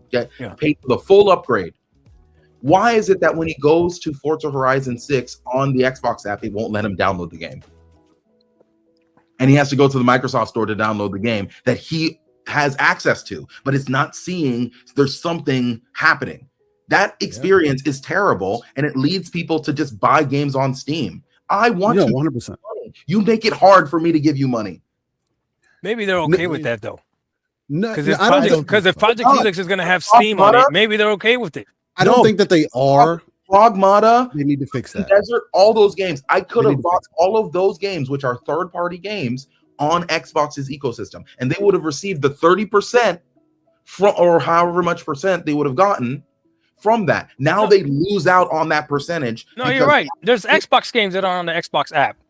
When me and BG were going back and forth about when we were arguing about the Xbox app, there was games like Fable Anniversary Edition. You can only buy that on Steam. Yep. It's the Xbox game. It's not on the Xbox app. That's crazy. Yeah. Doom, the remake Doom, that's not on the Xbox app. You can only buy it on Steam. That's the Xbox game. It's Bethesda. So they see all of the and I have similar bugaboos as well in certain ways. They see a lot of these and a lot of us pepper them with questions in that way. The thing that I see that tends to be a bit problematic is since the laundry list is long, and shout out to them for at least giving us a voice, right? You can now go and speak to which one's a problem and have people upvote it and all that. I don't think they have a prioritization down yet because there's just so many little bugaboos in so many different places that like it's the we hear you thing. It comes from so many different sources and we don't see it turn quickly because this is like, a huge company and as such you consumer would think, well, they're a huge company, they have infinite resources, this needs to turn around quickly. No, that means things take even longer to turn around than if they were smaller. It's a this is why this scares me, Kesante. This is why this poll scares me. This is why this whole exclusive versus Game Pass stuff scares me because they are listening and they are moving things fast. She did come in and say, "Oh, Game Pass is too expensive," and then we have never seen a subscription service drop in price, and she literally did that. Literally did. So that means she is listening. So when I hear that now there's a blog post up there, people are trying to pin freaking exclusives versus Game Pass. I'm like, I pray to God she doesn't listen. It's a dangerous question. It's a dangerous question. Why would you even? Why I pray to God she doesn't listen, right? But you know what? This is the only thing that I will say where it might make sense. And I hate saying this. Apparently, they've not been doing that great financially, right? So if you keep doing the same thing over and over, expecting different results, that's the definition of insanity. So what does she have to lose? What if she says, you know what? Let's go ahead and do it. Let's go ahead and make everything exclusive to the point where you know how you wanted to buy, you were able to buy those games on Steam. What if they took games off Steam and just kept them on the Xbox app? So now when you want to buy an Xbox game, you got to buy it on the Xbox app. That's a form of exclusivity. They could do that. They could do that as well. So it's like, be careful what it is that we're asking for when we talk about exclusivity. Because now they gave me, shout out to Xbox. They gifted me a Forza Horizon 6, the premium edition, but they gave me a choice. If I wanted to get the code on Steam or on Xbox, I got it on Steam. They could have just been like, no, you're only getting it on Xbox. And they could do that with games going forward. Everything if it's an Xbox game, it's only going to be on the Xbox app on the Xbox console. They could do that. But you know what the problem with that would be? Not enough gamers? No. Well, sort of. But look at Epic. Epic tried that on PC, and it didn't work out so well. So I think they're seeing those lessons learned. That would be a mistake. And I didn't mean to interrupt you other than to just bring in the fact that... But isn't Fortnite exclusive on Epic, on PC? Well, now it's on Game Pass, but you can't get Fortnite on Steam. No, you can't. No, you cannot. Yeah. So Epic does have exclusivity. Xbox Epic is saying if you want to play Fortnite, you have to download our launcher. We don't care what the juggernaut Steam is. And guess what? People go ahead and download that launcher. And Fortnite is one of the most played games, right? Xbox is doing the same thing. Imagine if you can only buy Call of Duty on PC on the Xbox app. Imagine. But see, there used to be a time where there was a time where Call of Duty was only on the Blizzard. Battle.net, right? Not on that. Yeah. It was on It's that big of a game though. If you have a big game, you can almost do what you want. But I look at think Rockstar. Look at Rockstar and GTA on PC. It's only through their launcher. That's where it is. Well, now right, but you're actually bringing up the point I'm trying to make here, Kay Sante. See, that's the problem. Steam is the dominant platform on PC, digital store, whatever you want to call it. I think Microsoft has, and you've already seen evidence of this. Microsoft waved the flag, their games are on Steam. EA waved the flag, their games are on Steam. Mm-hmm. Ubisoft waved the flag, their games are on Steam. Think about what Rockstar revealed to us just a few weeks ago. The majority of people play it on console, not on PC. I do think part of that reason is because it's not on Steam. This is what I'm saying. If you were to exclude Steam out of the equation on PC, you're hurting yourself. Yeah, you got to give up the 30% cut, but at the same time, are you generating more revenue being on Steam and on your digital store, or are you generating more revenue just being on your digital store? I think you're leaving money on the table again, is the point that I'm making. Exactly. So I agree, Paris, but PlayStation is the Steam of consoles. So that's why you can't leave games. That's why you can't leave games off of PlayStation. This is the point I'm making. That's the exact point I'm making. I think the only way it has to be the long-term play. And I'll say this too while I'm talking. I think Asha is coming in for the long play with Xbox. So you're not going to make short-term decisions that won't benefit you long-term, right? So I think and this is why we're fascinating to see how they navigate this whole exclusivity thing, moving forward, because I think it's about the long-term health of Xbox and the brand versus, and this is why you were talking about before, don't make your console people feel like second-class citizens. You need to make them feel seen. You got to make them feel valued, but at the same time, it is a business. You got to make money too. Again, this is why they get paid the big bucks and we don't. And we on a podcast on a Saturday morning and she probably in the Pocono somewhere, right? But the point is, that's her job. This is why Matthew Ball's come in. This is their job. They got to figure out how to uplift the brand, but at the same time, continue to be a profitable business, but make your core audience feel happy at the same time. So I'm saying all that to just say, of course, they're going to continue to put their games on Steam. I don't see them being crazy enough to limit it to just the Microsoft store. But at the same time, we got to add value to the Microsoft store to get people that when they do decide to go buy a game, well, I can get Game Pass. I don't have to buy it here, or here's this other incentive for me to get it on the store versus me buying it where I'm already comfortable, which is Steam. And I think, again, that's the long play. That's not going to happen anytime soon. Again, we'll probably be in the 2030s before you actually see that Xbox, to where the Xbox store could potentially be a real rival to whatever Steam is doing on PC. So, gentlemen, they got a lot of work to do. Right? There's a lot. The community is talking here, right? In our chat here, a lot of great people. We have over 400 people on the various platforms that we are connected to watching. Shout out to all the great people watching. If you haven't done so, please hit that like button. I am a bad host. I do not remind you, and I will. Please hit the like button. Please, if you have not subscribed, think of subscribing. We do this on a weekly basis on a Saturday morning. But there are over 31 super chats, gentlemen. Many of them directly related to this topic. So I'm gonna defray some of those, and then we will catch up on a couple of few ones and twos before we get out of here. We tried to make it concise. We're about 2.5 hours in. But thank y'all for jumping on here with us. And by the way, shout out to the great Steel Rain, who had to jump out things at home real quick. Something happened. He had to go, but he as you know, he's in this community. He may not be on Living Split Screen on a weekly basis, but you'll see him most likely jump back on here or somewhere else at some point soon. So shout out to him for jumping on the show and lending his voice for this conversation. But let's quickly catch up on a couple of these. Mr. Too Opinionated with a $2 super chat. He says, it has to be a banger exclusive in the quality like Forza Horizon 6. I think he's speaking of, if you want exclusives to matter, it has to be Forza Horizon 6 quality. Otherwise, no one will probably pay attention to it. To my unfortunate pushback on that is that quality usually requires a higher budget. And can you then justify keeping it exclusive at that higher budget? That is the problem. Good point. Right? I've always said, if you want exclusives to exist again, then you have to claw the budgets back to 360 days. Are you ready to do that? Because if you can, then maybe they can keep it exclusive because the ROI will be okay for them to keep it only on this platform. If you're talking upper echelon price points, They have no choice but to put it as far and wide as possible. I mean, I think that Pragmata, beautiful game, but it doesn't have to break the bank in a way that that was probably relatively cheaper to make. So Pragmata is definitely hitting that ROI. Yeah.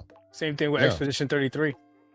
Exactly. Well, Expedition, that is, I think that is a thing that breaks the mold, right? I don't use Expedition to make to Expedition or what do you call it? Baldur's Gate 3. Those are the exceptions, they tend to be. But in order for it to work more consistently, that needs in order for it to be consistent, like Xbox, in my opinion, has to treat their exclusive budgets like Nintendo treats them, because Nintendo's budgets are really strict, but they let the innovation fly. That is the only way I see them being able to get back to where they were, because $200 million is not something you can make, or whichever, how in that range. It's not something you can then do and say, okay, we're keeping this here. That just does not make financial sense, Anyway, Cheryl Tech, $2 super chat. He says, please hit the like button and share out a great member of our great moderator member of our community. Shout out to the great Cheryl Tech. And yes, please do so if you have not done so already. The great Hollywood Rules with a $5 super chat. He says, good morning, gray beards. Fresh off the driving from upstate New York to VA for some graduation and heading to work. Congratulations to Alicia. Congratulations, Alicia, on her graduation. That is awesome. Awesome. Yes, we love the idea that we are part of people's Saturday grind. You're hanging out, you're doing your adulting, and you're listening to us talking gaming in your ear in the morning while you do so. We appreciate you. Thank you to Hollywood Rules for joining us. Mr. Two Opinionated with a $5 super chat. He says exclusives and Game Pass have to coexist longer than Game Pass and no exclusive have. ABK changed the landscape. Yeah, I think so. I think ABK jumping in and muddying the waters is why we are where we are now. But we shouldn't allow it to make everything okay. You guys have all of that today. I don't think the question of this or that is even fair. You should stop even dignifying those questions with responses. Even though to that same point, I asked the same question, and it looks like 68% of our audience right now seems to suggest that Game Pass is the thing to choose, while 32% of our audience, with about 180 people voting, say that exclusives are more important. So there are those opinions. Yes. Let's see. Wrong opinion. Hey, I'm just putting it out there. Judah Roars with a $5 super chat. He says, if you think Amy won't come in and remove Game Pass anyway, you're also brain dead. Wow. Okay. Strong opinions this morning. Hollywood Rules with another $10 super chat. You think no. Let's address that. Go ahead, please. Game Pass has around 30 million subscribers right now. You think that Amy Hood is going to disrupt and cancel something that is bringing them billions of dollars a year, just not passively, but just based off of people's subscription numbers, not based on anything else? I don't think that's going to happen. Yeah. You got to look at it in this simple term. If they were going to get rid of Game Pass, they'd have done it already. Asha had the perfect opportunity to kill it immediately, and they didn't. She sure did. There you go. She sure did. So let me finish Hollywood Rules. He has a $10 super chat. He says, I've been a console gamer primarily till recently, purchasing an ROG Ally X, and I've been here since the OG Xbox with multiple Xboxes in my house. In my home, rather. I'm part of the hardcore speaking loudly. They should listen. Man, I hope. Well, okay. It's not even that I hope. I know they're listening. I just hope they're not listening to just a one contingency rather than the whole. I hope they're listening to the feeling and not the words, right? Because the feeling, because the feeling is something that they should address 100%. People have been feeling like they have been second-class citizens. You should address that feeling. But trying to give full exclusives to exactly what they want, that is dumb. Don't do that. Stanley Buffington. You should address the feelings that people are having. Stanley Buffington with a $2 super chat. He says it's not exclusive if the game is on Steam. Period. There you go. And you see, that's why when people say exclusive, you got to identify. Some people feel that way. Some people feel when they say they want exclusives that they want it back on the consoles only, which at that point, be clear. Yeah. let's be clear about that, right? I don't think this is a problem of exclusivity. I think this is a problem of putting your games on what the consumer perceives as your main rival platform. Right? Yes, like, and I'll get to the like, and I know that Phil was trying to get the industry in a different place, and I love Phil for that, right? Because he is a visionary in a lot of ways, and he's willing to put himself in worse situations so that way the industry could get better. So I'm gonna shout him out for that. But you can't uplift PlayStation while they spit in your mouth. like PlayStation did nothing but try to destroy the ABK deal for years with Jeff Ryan, and then have since been using every single dollar that you give them via the games that you release on their games as ways to be able to continue to keep games off of your platform. So I'm not saying to go full console warrior. I think that's very stupid. But I think that it is fair to acknowledge that PlayStation is your competitor, and they are not going to.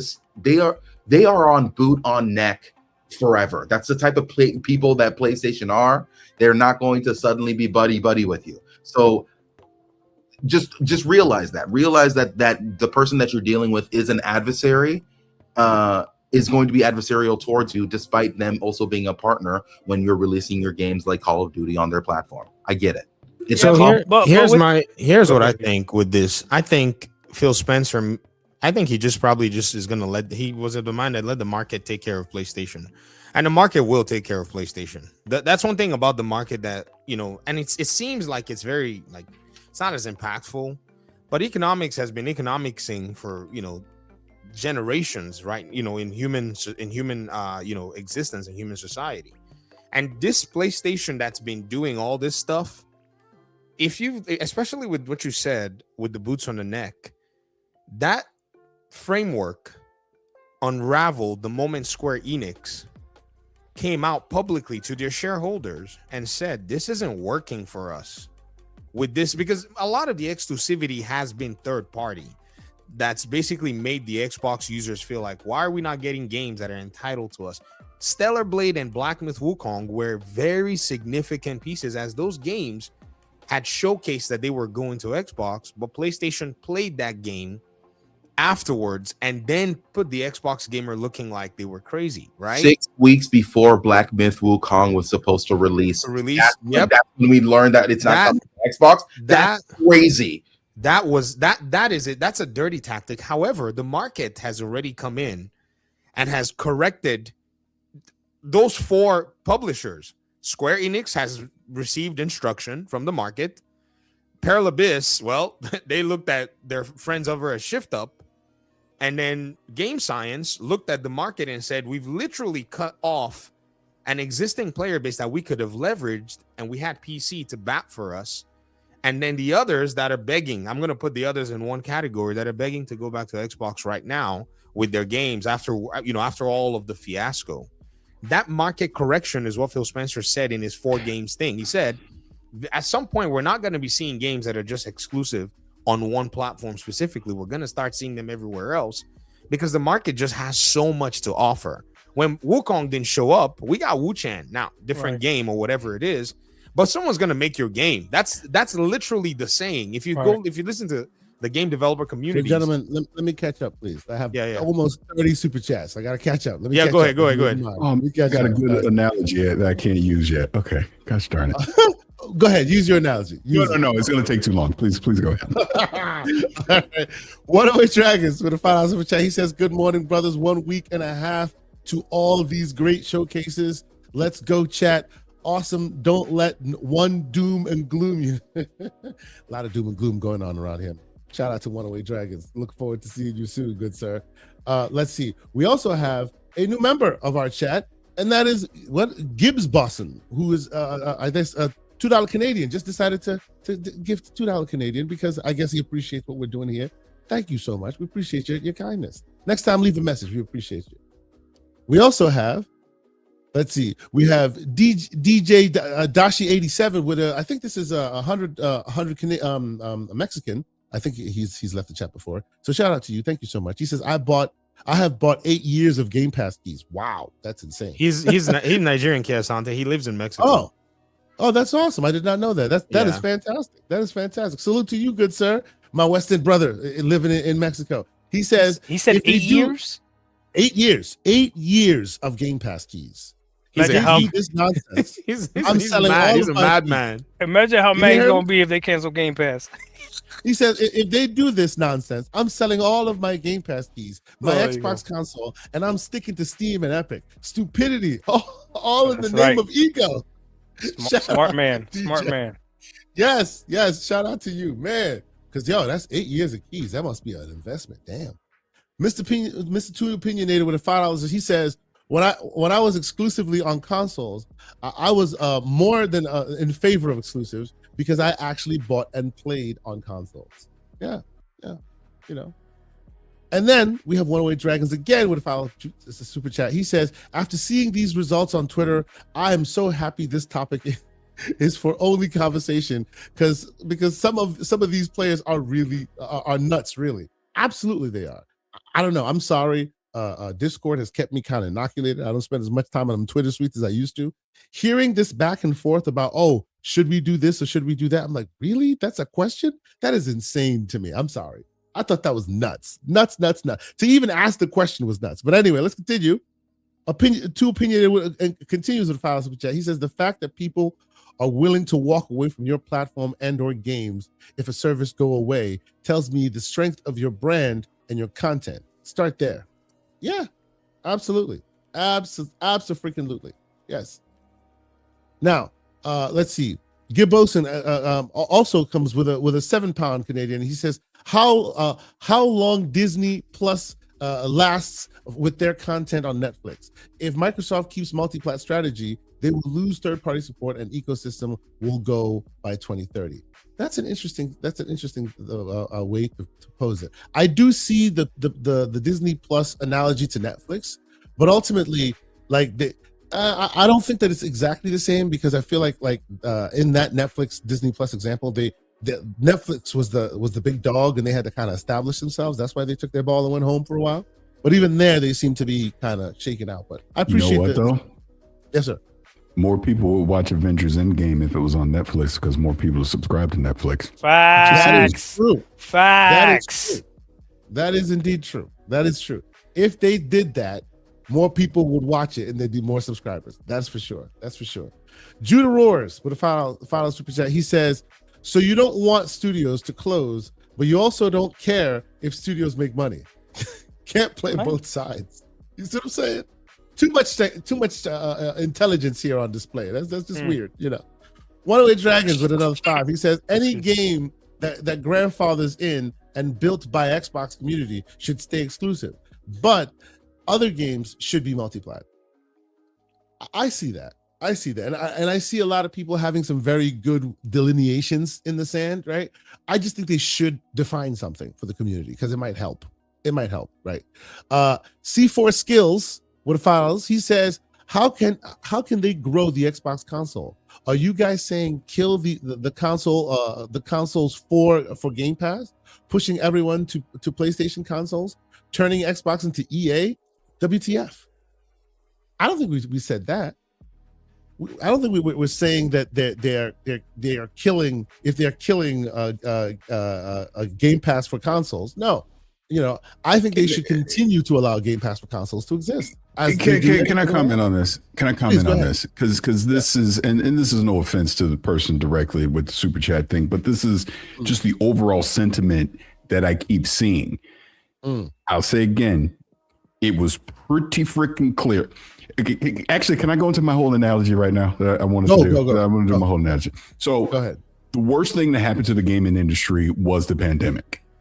In this sense, it overinflated user engagement, how many people were playing games and all that. So then they started overhiring, overspending, all of that. Yeah. Because again, when Xbox acquired Bethesda, it was for exclusives. I 1000% know that because if you go see, I'm literally standing on the stage saying it myself. It was about exclusives when they got Bethesda. Activision, very different. Because when you got Activision, and this is where my analogy comes in. Remember the movie Goodfellas? Fantastic movie. Yes, from the 90s. Remember when the diner owner was a restaurant owner, was having issues with Tommy, and he went to Paulie. Yep. And he wanted Paulie to help him take care of it. So then he wound up going into business with Paulie. And then you have Henry Hill giving the voiceover, talking about now anytime he got a problem with Tommy, he can go to Paulie. Now anytime he got this, he can go to Paulie. But when it came time to get the money, when it was time for the diner owner to pay Paulie, F you, pay me. I don't care. Oh, you had a F you, pay me. Right, F you, pay me. Yep. This is what happened with Activision. Now you got to pay the piper, because we just spent all these billions of dollars, and we want that return on investment, and it completely changed their business model. So now you can't do the old school exclusivity thing. You can't just limit it to that anymore. That's just the reality of this industry right now. And I think I understand that people want exclusives. I get it. I 1,010,000,000% get it. It's just not reality anymore. You can't expect them to pull back these major tentpole titles that cost you hundreds of millions of dollars in 5 and 6 and 7 and 8 years of development time, and then think, well, we're only going to give it to a player base of 30 or 40 million people. It's not going to happen. Especially knowing that we've spread it across the base before, and when we did, we made a killing. But no, because it'll make a subset happy. Now we're just going to leave that money sitting there. Right, and let me bring up the other point. I said this earlier, but I'll repeat it again. I get the point. Like the chat right here is saying, well, then how you expect the consoles to grow? Here's the problem, though. Who's spending $600, $700, $800, $1,000 on consoles anymore? Right. This is part of the problem. It is not affordable to think that Xbox can just say, well, Halo, Gears, Forza, all these things are exclusive now, and now tens of millions of people are going to go buy hardware. They're not going to do that because it costs too much. This is what I'm just being realistic about this. So I get the core audience wants it to all happen. I just don't think it's realistic from a financial standpoint to expect it to happen. So I think my thing is this, and I'll shut up. Go into this Xbox showcase with lowered expectations, because I have seen some wild stuff out there that I just don't think is going to happen. I think they will throw you a few bones, but don't expect the whole plate.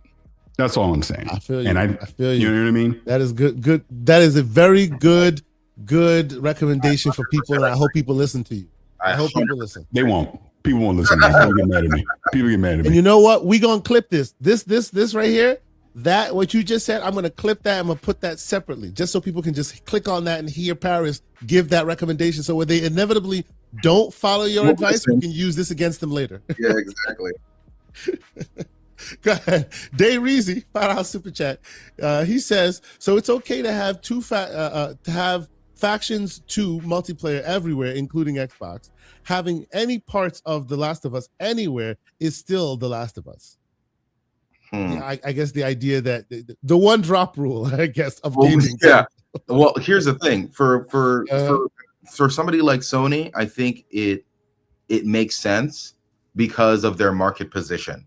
But but for Xbox, I don't think it makes sense because of their market. They don't have 90 million customers to be able to sell the thing to, and that's before they consider PC, right? Because they have a lower number, it has to make sense. Yep. All right. So before we continue, we have to bid farewell to a great member of this panel. And he came, he joined us, he had to bounce. VG Fight School. Thank you, VG, for being here.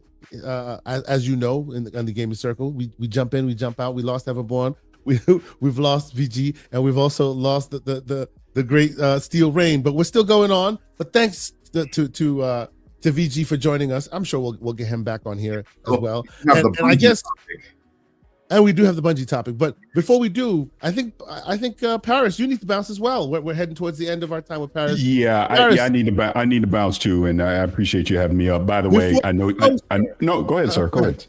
I was going to first ask you, where can we see you in the next couple of weeks? Will you be at Giant Bomb? Like, what's the festivities of the time? Yeah. Actually, that's what I was going to go into. Yeah. I'll be on the Giant Bomb couch Friday night. I think that's when I'm scheduled to be on there.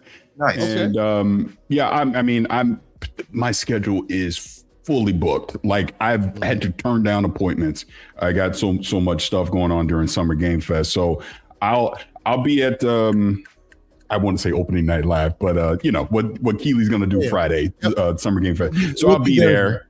Yeah. So I'll be there hanging out. Like I said, I'll do Giant Bomb thing that Friday night. My Saturday, I mean, when I say I am booked from morning to night, So I'll be pretty busy Saturday. I'll be doing a lot of Xbox stuff on Sunday, and then I'll be back at Summer Game Fest on Monday. So I'll be around. I'll definitely roll through the JW, you know, per usual. Cool. I'm gonna try and hit the mix. When is the mix? Is that Friday? That's Friday as well. Yeah. We already got with Giant Bomb. That's going to be a maybe. I might not be able to make that one, unfortunately. Okay. But we will be at play days, so you will see us in the background there. So you're going to actual play days? You're going to be there? Yes, we will be at play days. Oh, great! Then I'll see you the whole time there. That'll be great. I know a lot of people from the community is going to be coming down and all that. I definitely want to be able to try and hang out as much as I can. I just know I'm going to be busy. But obviously, if you see me, please come say hello. The one thing that always kills me is that I always feel bummed about. Someone will tweet me and go, "Hey, I saw you, but I was too shy to come say hello." Please, look, I'm an introvert too. Please come say hello to me, please, because I like talking to people. I like hanging out. I like talking to the community in person because it is vastly different than it is on social media. Funny how that works out. For sure. But yeah, I'll be there. And like I said, I appreciate you having me on. I got to take off. I will say this one thing about Bungie. I know you're about to go in that before I go. Please. Sad day. Very sad day. This is a very sad day. Unfortunately, we knew this was coming. It was inevitable. Marathon just is not hitting the way that, I mean, a lot of us were saying this, but it's just living up to the reality of it. And I don't see this ending well. I just don't. And you know, Destiny was a part of my life for 10 years. Me and my son literally we played this from he was 9 years old. He's 20 now, and we played it the whole way through. You know what I mean? So I've literally watched this boy grow up playing Destiny. So to see it end this way is just sad. It's just sad. I don't know if you saw what Luke Smith said yesterday online. I think he put it perfectly, but I don't see this ending well. Unfortunately, I don't see a Destiny 3 ever happening, and Marathon, clock's ticking, unfortunately. And I think it ends with Bungie not being a thing anymore. Man. Yeah. So sad. Yeah. Yep. But I gotta go. So appreciate y'all having me on. And, look forward to seeing you. Crazy Paris. I'll see y'all in a couple weeks. All right, be safe. Yeah. Yo, on that topic of Destiny 2, I'm just so sad about that. And then it brings me back to the mindset of there will be a time where no one will be able to play that game because it was an online only game. That sucks. Imagine what Paris just said, right? He basically watched his son grow to become an adult playing that game. And there'll come a time where that game will just not exist in public. You will not be able to like go find a copy of it and just remember it doesn't exist anymore. I hate that. I don't know. That's just bad. That's just bad. Anyway, I have a few more super chats because people have been really, really generous today. And then we'll continue on. I know we want to. It's because we pissed off a lot of people when we called. I know. That's what it is. Yeah. I got about 15 more minutes, gentlemen. I got to head out too. Cool. Excellent. We'll make sure we catch up before we get out of here. Go ahead. Hey, Reezy, $5 super chat. He says any part of Halo on PlayStation is still on PlayStation. They don't show up for Gears of War, therefore they won't show up for Halo. Just my opinion. Thank you, sir. Thank you, Dan Reezy. Appreciate you. Mr. Two Pinion, $5 super chat. He says it doesn't have to be Gears or Halo, but it has to be great. Timed exclusivity only works if you don't announce it. People know 4 to 6 is coming. I get you. Okay. Yeah, the whole thing about it has to be great. I think that's just that's a boilerplate. All of it has to be great, or none of it matters, right? He continues on with $5 and says the difference is Nintendo is consistent, and you all are expecting one magic bullet to erase years of inconsistency in quality and exclusivity. I would say these days their consistency and their quality has risen. Like we're not. No, that's the wrong statement. There was a year where Xbox won Publisher of the Year. Did they not? Yeah. Okay. And it's still there, man. We're not gonna do that. We're not gonna do. That's where they also released like 8 games either via themselves or their partners. Like these days they average 5, 6, 7 games a year, right? Yeah. Like I don't think we can complain about their consistency and their quality. Other things, complaints, yes. But the whole Xbox got no games thing, that is hilariously over. Or the whole Xbox doesn't have quality games is BS. Yes. They've been dropping quality games. The problem is that a 90 for Xbox is not equivalent to a 90 for PlayStation. A game on PlayStation that receives a score of like an 82 is considered amazing. It's different. I don't make the rules. It's different. That's why Nintendo can get away with N64 graphics and nobody says anything. It's different. I don't make the rules. It's because Nintendo set those expectations from jump. Yeah. Right? And this is where the black eye for Microsoft and for Sony, in fact, is actually valid, because if you set the 1080p makes you a better gamer, eventually you get to diminishing returns, and now you got to claw it back. Yeah. That's what they did, right? It is what it is. Victor Alistine, $2 super chat. He says exclusive self-services, Game Pass, not consoles. That's an interesting thought on it. Let's see. Malcolm XLAX3. I'll say that with a $5 super chat. He says, as a casual gamer, and you see every game available now and upcoming come across shows like 3-4 games, are you buying this a year? Yeah, I think there's a different carve out between the casual gamer and the hardcore gamer, and depending on where what we're talking about, it may or may not speak to the casual gamer versus the hardcore, right? But the best message is where it speaks to both, right? And I honestly think the whole Game Pass versus exclusivity message, the reason why that is such a horrible message to deliver is because it's pitting casuals against hardcore, right? That's what that is. It's not telling the vendor what you want. It's basically saying, okay, hardcore gamer versus casual gamer, y'all fight it out, and whoever wins gets it. That's ridiculous. That should not be how it plays out. That's why I don't think it's smart. Then we have the great Web Dave with a $5 super chat. He says, K Asante, what a mega panel. The plan is a plan until it's not. Paris, Everborn, VG, Doc Dark, Lucius, Steel Rain, TTS. See you in LA. Xbox is back. Shout out to the great Web Dave. He's out there doing the great work, talking to the people. The great Black Viking with a $20 super chat. So kind, good sir. He says, keep Game Pass as is. Port to Nintendo instead of PlayStation to keep the margins up and also help brand recognition. Problem solved. You think so? I think the reason why they're complaining right now about PlayStation specifically is because PlayStation is so close to Xbox. If Nintendo was close to Xbox as far as the games and all that, if Nintendo was the stand-in, wouldn't people be just as upset? Right now, they are not. That's why people are okay with Nintendo. No, I feel like if it was Nintendo that was now neck and neck with Xbox like that, it'd be the same energy as they have for PlayStation. It wouldn't really matter. I don't know. Oh yeah, let's call it for what it is. It's not really the community asking for exclusivity. The community is asking to keep games off of PlayStation. Off of PlayStation. That's really what it is. Exactly. Yes. Keep it on the Fire Stick. Keep it on the phone. Keep it on the tablet.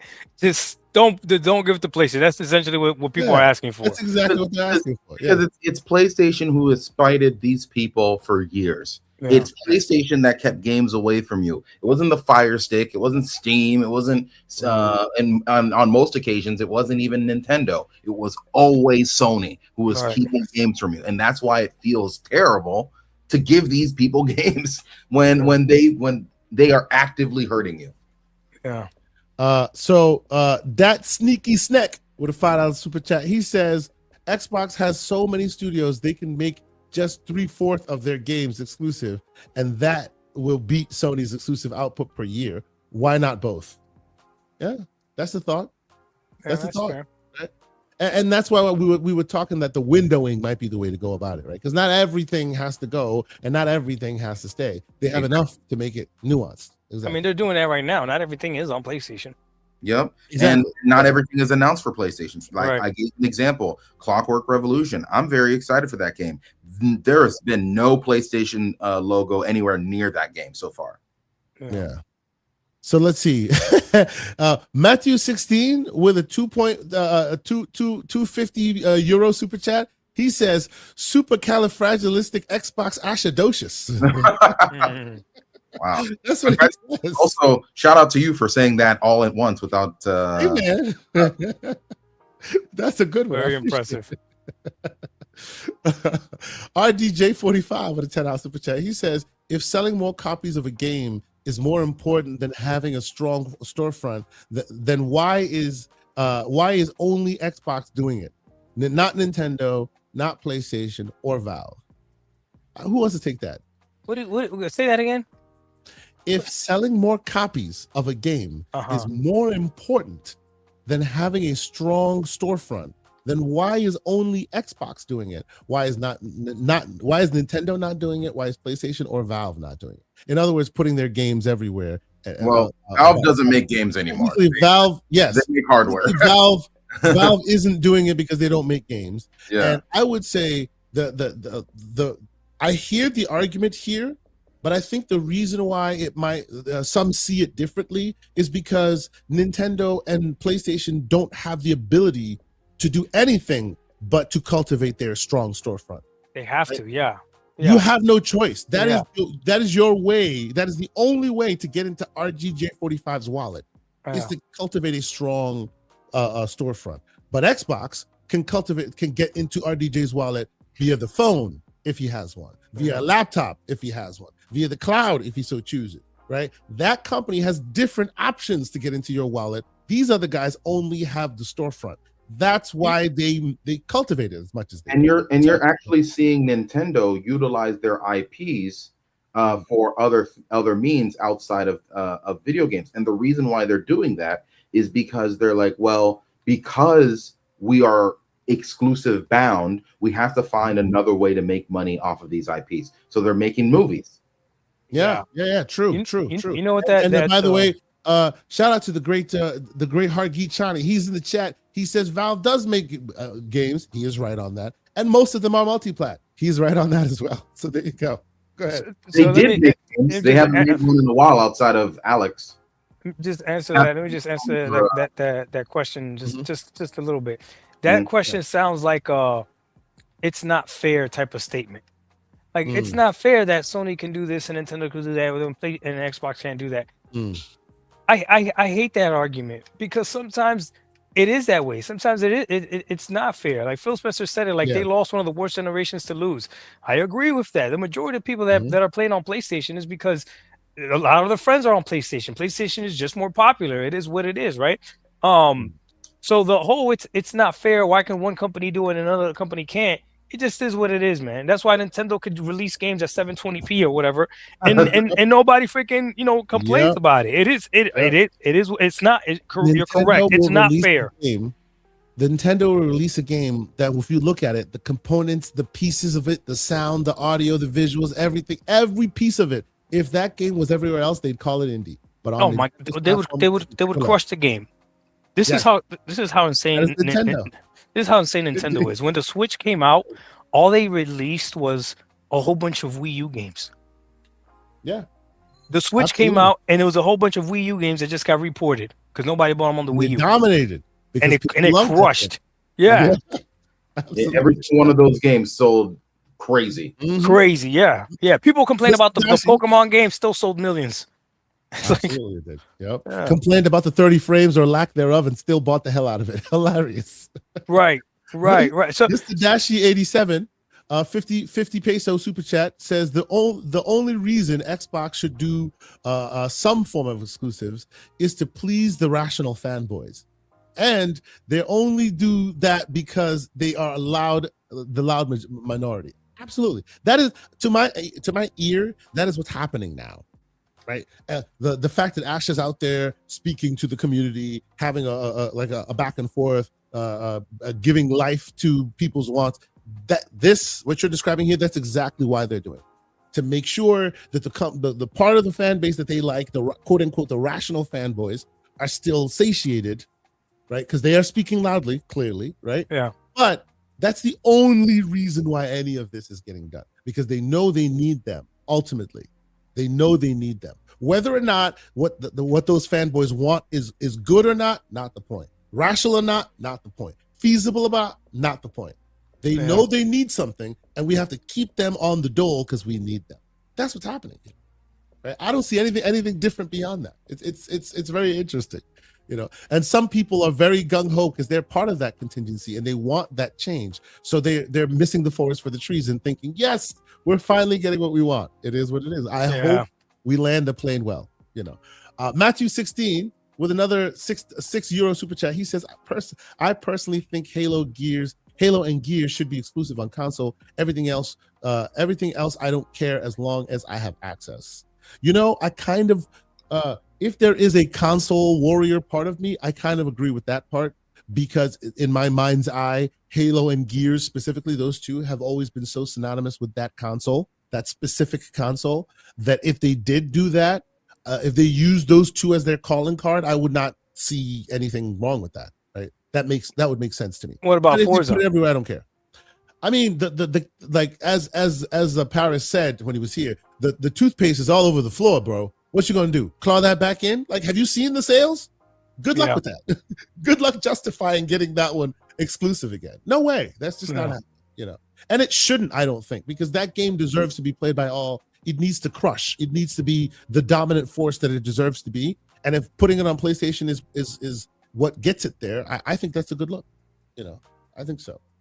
Let's see. He continues on with a €6 super chat and says, "Is Steam definitely going to be on Xbox Helix?" First off, initially, that seemed to be all but confirmed, but that was the prior regime, right? The only thing that I can speak right now, and you guys can tell me what you've heard, out there in the ether. But the only thing I can confirm to this day that I'm still comfortable in confirming is it will play PC binaries, executables. Yes. How that manifests, that still remains to be seen. Yes. You know, so will it play Steam? Like, will it have you press a button and Steam installs, a la how it does on the Ally X right now or via the FSC? I don't know that, right? In the prior regime, it seemed to suggest that they were going very much in that direction. Now that may have changed. Who knows? But what I do know even now is it will play PC binaries, and Steam is a PC binary. So we'll see. You know, yeah. Yeah, go ahead. I think it has to. There's so many unknowns, right? If it is just the Xbox store, then we're gonna run into the problems that we were talking about in the podcast today, where there's games missing both from third party and even first party. So that's not gonna work. So that's why, to me, if they say it's gonna have the Xbox store and Steam, then okay, that makes sense, because as a gamer, you'll still be able to play everything. Now, they won't be able to make money off of you if you're buying the game off of Steam, but then that's what I said. Maybe they don't care. I don't know what the long play is. But if it doesn't have Steam, then whatever store it does have, it better have everything that the console store has. And then at that point, if it is like a PC, is there going to be a difference between playing the console version of a game and playing the PC version of the game, or are they all going to be PC versions of the game? You see, there's too many questions to ask. That part of the console versus the PC, those are the early Michigas. When that transition happens during that first phase, there'll be a question of which version you're playing.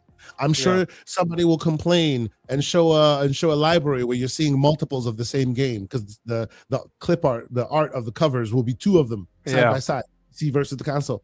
Over time, all that will be worked out. Yeah. Right? If you look at GOG Galaxy right now, I can see that I have. It shows me I have Cyberpunk. If you click, there's a little icon next to the Cyberpunk icon that shows me like 5 or 6 layers deep. Why? Because GOG can see my PlayStation library, can see my Xbox library, can see Steam, can see all those other places, and knows I have Cyberpunk in all of those locations as well.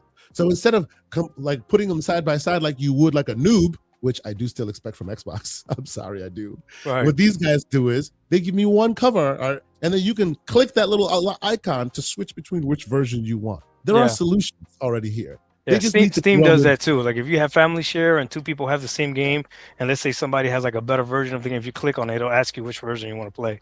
Exactly. Yeah. You know, exactly. There are solutions already available out there, ready to go. It's just they have not been cobbled together by this brand and this situation to solve the problem. So we'll see where we go. But I think there's some solutions to point to. Let's see.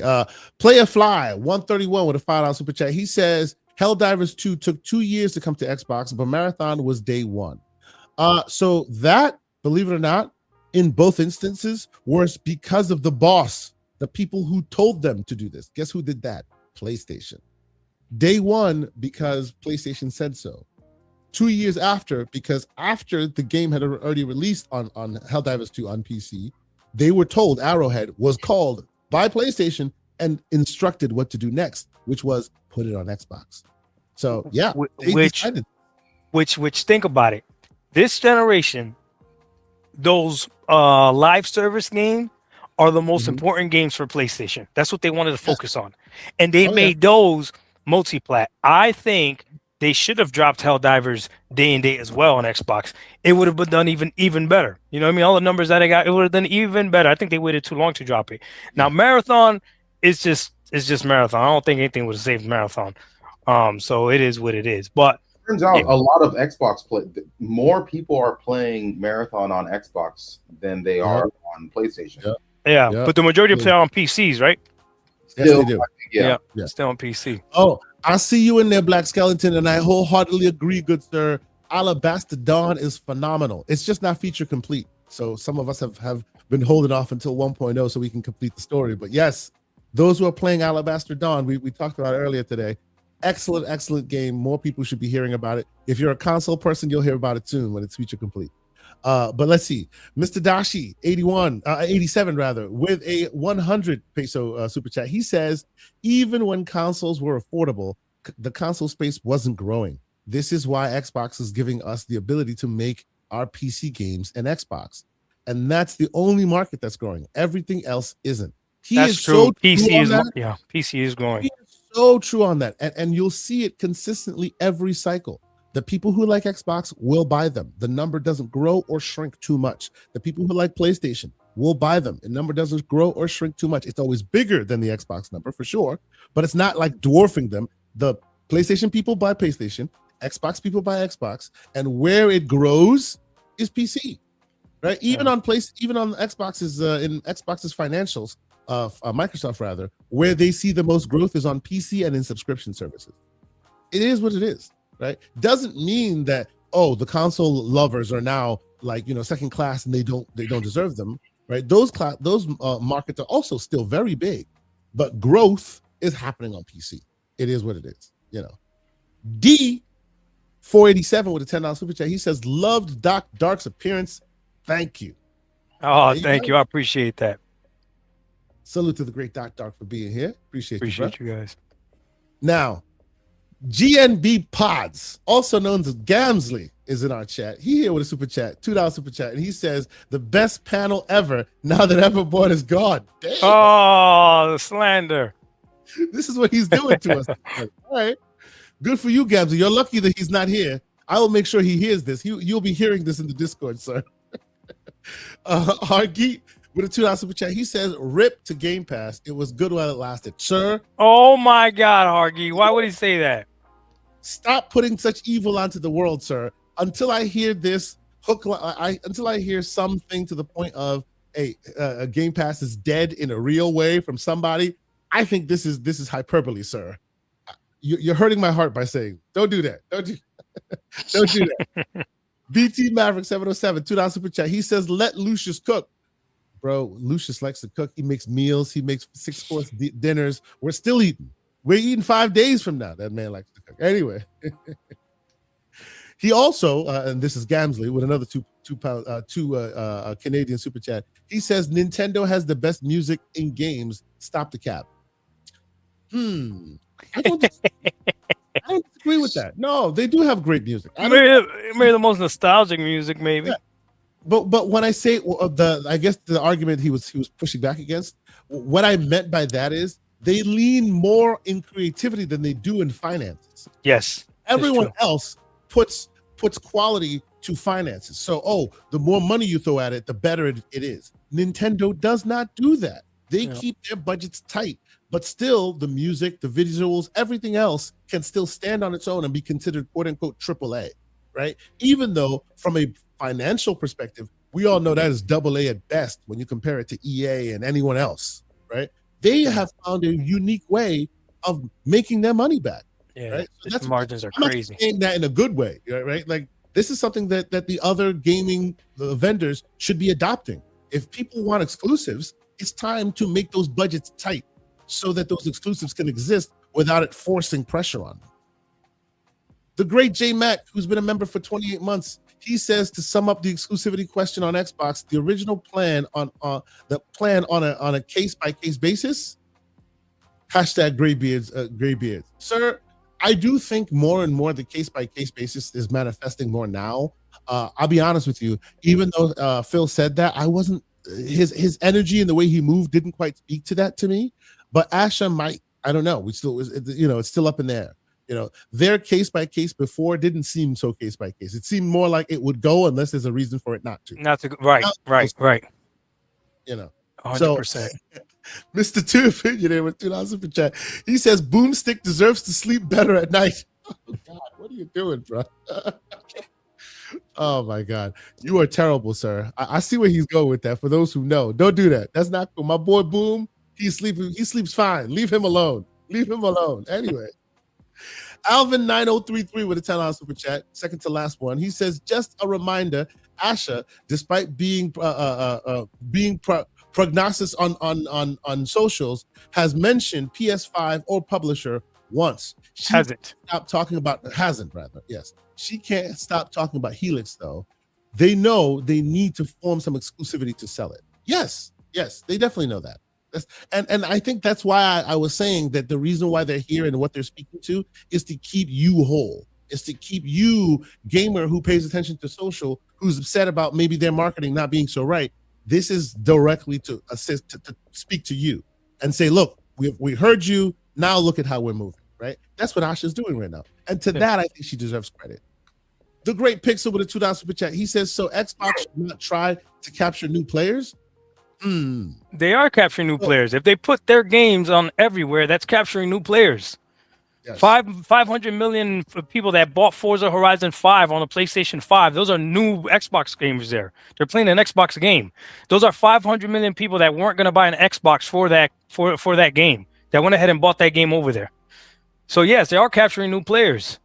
Now, if you think they're going to capture new players by keeping games exclusive to the Helix, I mean, good luck with that. Well, the only way we're going to know is if they do it. But my opinion would be if they're going to go ahead and go exclusive, don't play around. Just go all out. Go ahead and go all out exclusive. Matter of fact, take games off of Steam and just make them exclusive to the Xbox PC app. If you really want to capture as many players as possible and you think that exclusivity is the way to do it, then go all out.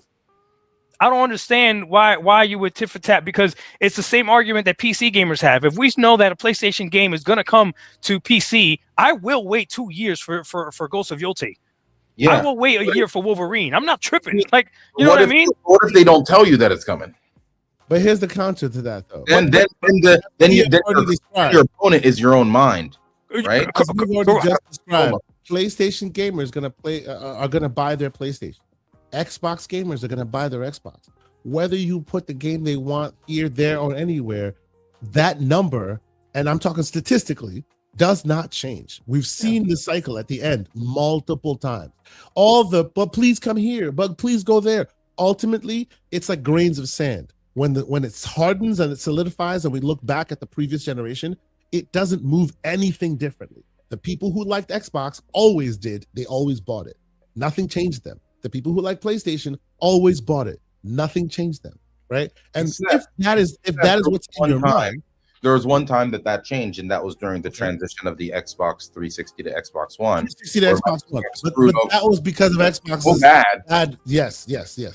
But in general, the people who like what they like buy what they like, and it's not one product or one price or any one thing that changes that equation, unless you, as part of your onboarding cycle, screw the pooch so badly that you move the people elsewhere, right? Even PS3 can say they had a bit of that when they said you're gonna need an extra job to buy this thing, right?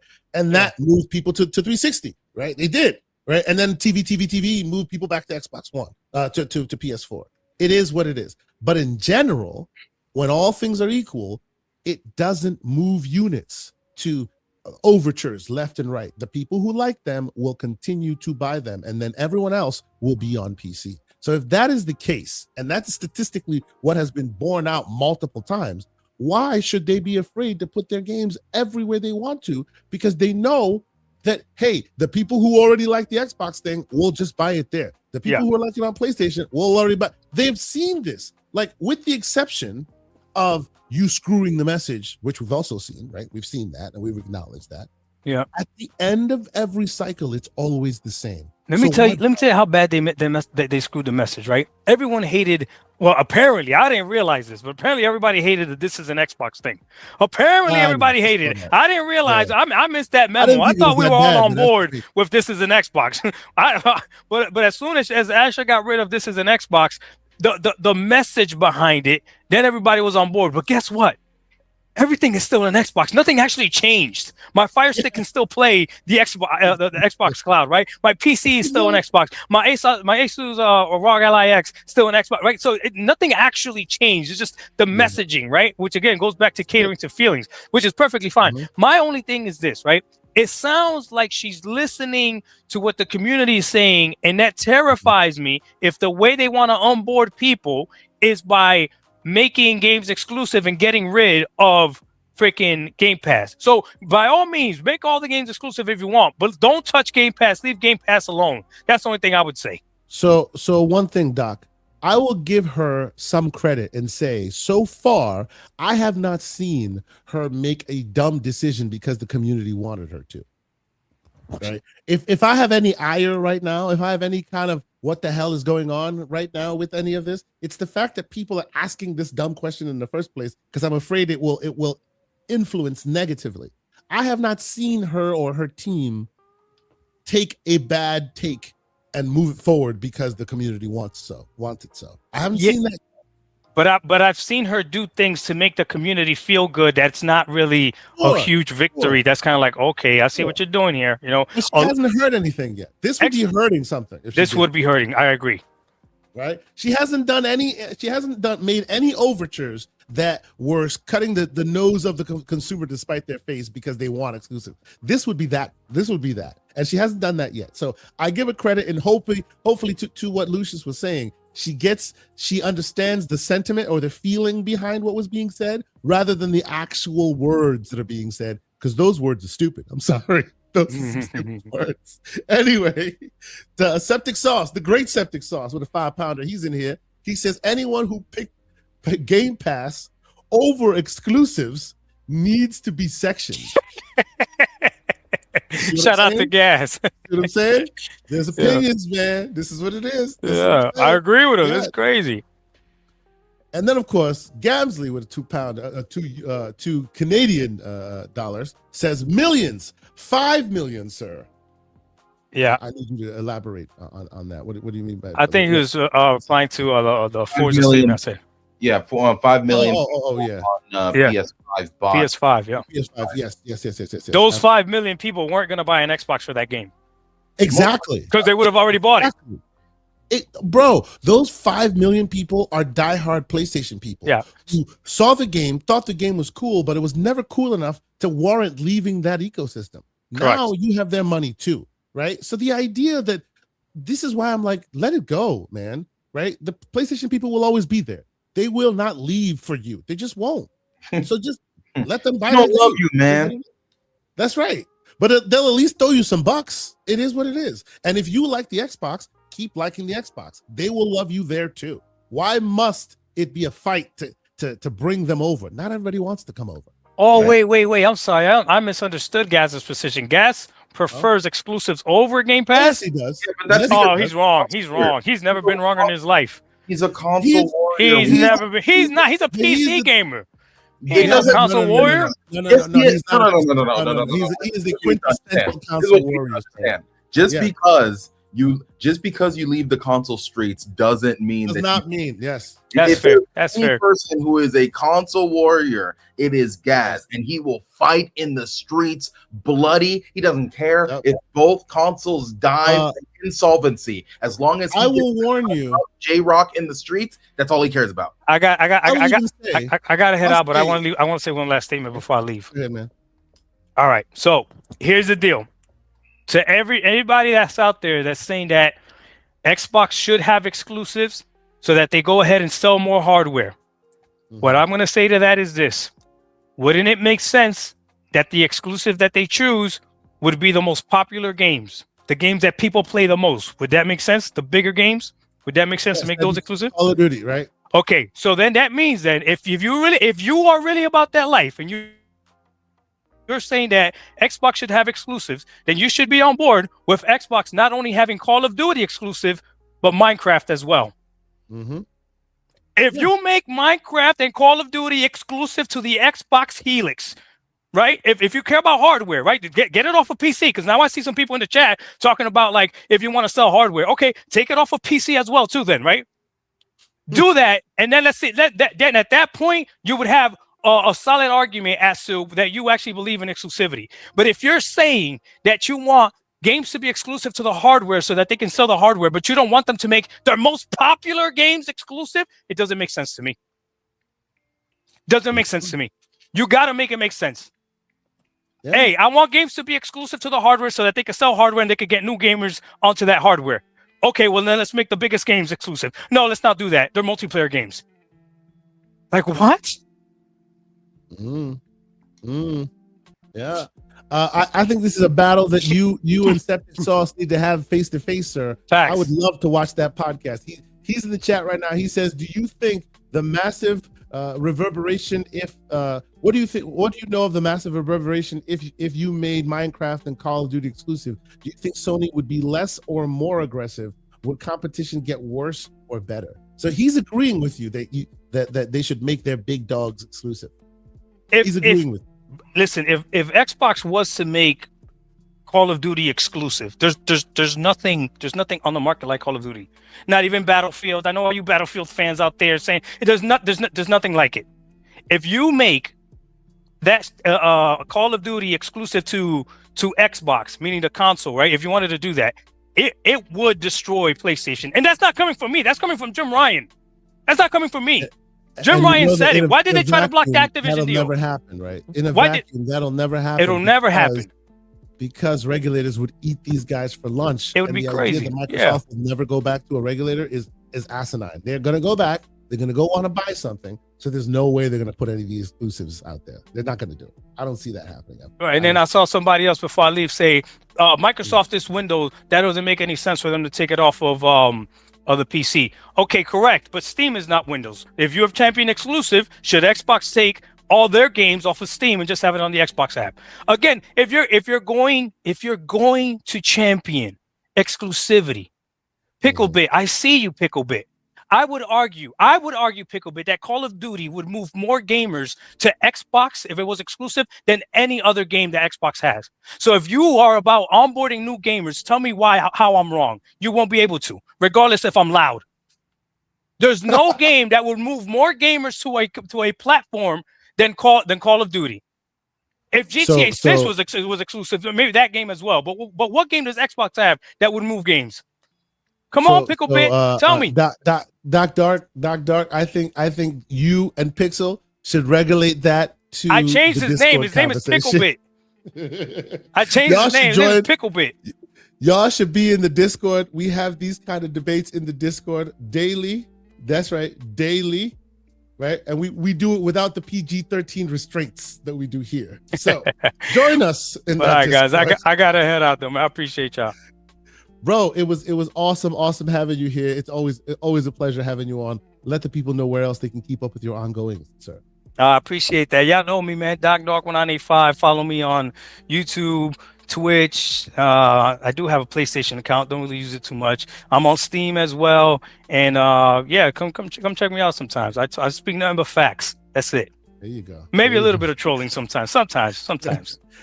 But again, and I see some people in our chat to say this, and I will extend the invite here on Front Street. Join the Discord, bro. I think you would enjoy some of the conversations we have there. We do audio conversations back and forth. A lot of this, so you'd have a great time. Anyway, but thank you for joining us, bro. It's always great to have you here, man. How you guys are doing? Peace. You too, sir. You too. Let me catch up on the 3 super chats to go, and then I know, Lucius, there was a couple topics that you wanted at least throw some opinions out on, and then we'll get out of here because we're running long. Let me get this down here. So Matthew 16 with a £6 super chat, and he says, I see a huge buzz around Xbox now thanks to new leadership. We are Xbox. They are very good at the messaging. They are very, very good at the messaging. I've seen that. I see a question of where is the link to the Discord. I will put the link to the Discord. Gentlemen in the chat, if y'all could put a link to the Discord for us, please, that would be appreciated. And I will also put it on this screen so you can see it right here. Just go down there, discord.gg/The Gaming Circle Podcast, TGCP. You go there, you agree to the terms of service, and from there on, you'll be part of the fray. So join us. We always have a lot of great fun there. Thank y'all so much for considering it.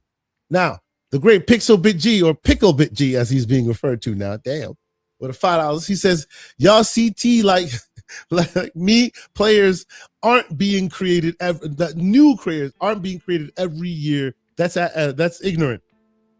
Capturing new players in your hardware is required exclusives. Yes. Well, okay. So I would agree that has required exclusive historically, but are you telling me, Pixel, and this you can answer me in the Discord later, are you telling me that there's no world where a company can offer you some new incentive to get you to buy that hardware? That exclusive games are the only barometer? I know historically they have been, but you can't find any paradigm where they offer you something that the other guy doesn't, so that even though that game is elsewhere, you'll buy it there. It's just a thought, because this seemingly endless resource company is saying that they're trying to head down that path. I thought that was interesting. The question is, what is it that they can offer to make that enticing statement, right? I don't know what that is, but yes, we should jump into Discord and discuss that more. Son of Vision 02 with a $5 super chat. Haven't seen him around here. I love the icon. Appreciate you being here. Says either PlayStation is stupid for focusing on brand and losing money, or smart for protecting their brand and losing money with exclusives. Which one is it? That is a very pertinent question. Very pertinent question. And time will tell, in my estimation, what side of the coin that falls on, right? Because both could be very true at this point. I think this is a Schrodinger's cat question. We'll have to check in and see which side of the coin is actually righteous. Give it a couple of months, But that's a very good question. And finally, y'all been real prolific today. Thank you so much. Finally, the last super chat of the day, the Winter Soldier, which I love that super chat, that name, by the way. He has a $5 super chat. He says exclusives are really for the hardcore and to keep them happy. For casuals, it takes that plus good marketing plus dev support on the level of at least PlayStation 5. I don't think that's wrong. I don't think that's wrong. You're right that the hardcore are moved by exclusives more than anything else, and that the casuals need more. I do agree with that. But okay, Lucius, I know there were other conversations you wanted to have. We touched briefly on the Bungie conversation. Yeah. Where else would you want us to go before we get out of here? I think that should be the last thing, just so that we can clean up on it. And obviously, what's happening to Bungie is terrible. The fact that, and honestly, Destiny has always had this problem where like entire campaigns would just be gone because they decided that they can't support it anymore. They vaulted all these things. Yep, I remember those. So now that everything, like the entire game, is essentially going to be vaulted, we need to speak on kind of like the Stop Killing Games movement and how that might be able to fix problems like this. But I think that that's a larger conversation for another time. But the last thing that I'll say about this whole Bungie thing is, imagine if Xbox were the ones who managed this badly and then had to, God forbid, shut them down. Bro, you would have hundreds upon hundreds upon hundreds of articles talking about how terrible the Xbox leadership is and how they don't have any vision and X, Y, and Z. But I've seen no articles talk about lack of vision from Sony and the fact that they have completely wasted billions of dollars getting this asset that did not work out for them. Yeah, I would at least like to see some articles written about the legacy that will inevitably have to be left behind, right? the creators of such great games as Halo, the awesome franchise that it was. And how many times how much hours have been spent on Destiny 1 and 2, right? Say what you will about them, say what you will about their style and how they created the game, and maybe critique how their financials were on getting that game properly profitable. But they created a huge zeitgeist movement. And for twice in the lifetime of many consumers, they were the name in gaming. Destiny took it to the sky, as did Halo, right? And this all came from one development house. So the fact that it's all seemingly looking like they're no longer for this world, and they will be a memory. It is a sad thing that we all need to sit down and spend a moment talking about. And to your point, Lucius, if this was done under Microsoft's tenure, holy crap, fire and brimstone. But because it's not, we'll leave it there. Exactly. We'll leave that there. Yeah. Some would call that a tax. Some would call that a tax. Yeah, some would call that a tax. But what are we talking about? Just so you guys understand full well exactly what the details are. Recent tips dropped by the tipster himself, Jason Schreier, talking about pending layoffs coming to Bungie because Destiny 2 is not doing so well, obviously, right? Obviously, their new games aren't doing so well, and there's no active plan to create Destiny 3 at this point. So it doesn't look like Bungie as we know it will exist for much longer, right? So that is the very sad state of affair. We don't have too much time to go over it.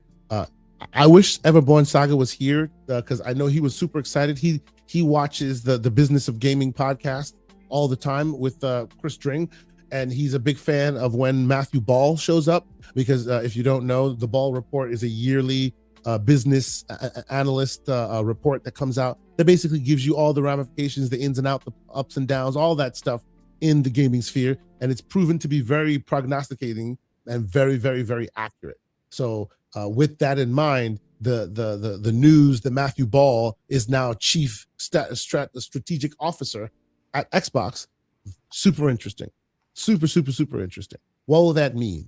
Some people think it's the next coming and it's gonna be fantastic. Other people think it's the data-driven company getting another guy that's also very data-driven. It might just be more of the same. Yeah. So we'll know. More to see. Just because you can project where things are going doesn't mean that you can simultaneously do the dance of having their own ecosystem and knowing how to navigate that situation. Microsoft has always been good at calling out balls and strikes. They have not been very good at getting those strikes themselves. Exactly. Yeah, they can always see it coming, but they never can capitalize on it. They see the future coming, and then more often than not, another company comes in and capitalizes on what they saw. It's all about execution. You can have all the vision that you want, but if you can't execute, it doesn't matter. Yeah. Another thing I would talk about is the fact that Destiny Rising, which was a huge online mobile push for Destiny, has seen it fall like a freaking stone. It's insane how drastic this thing has fallen.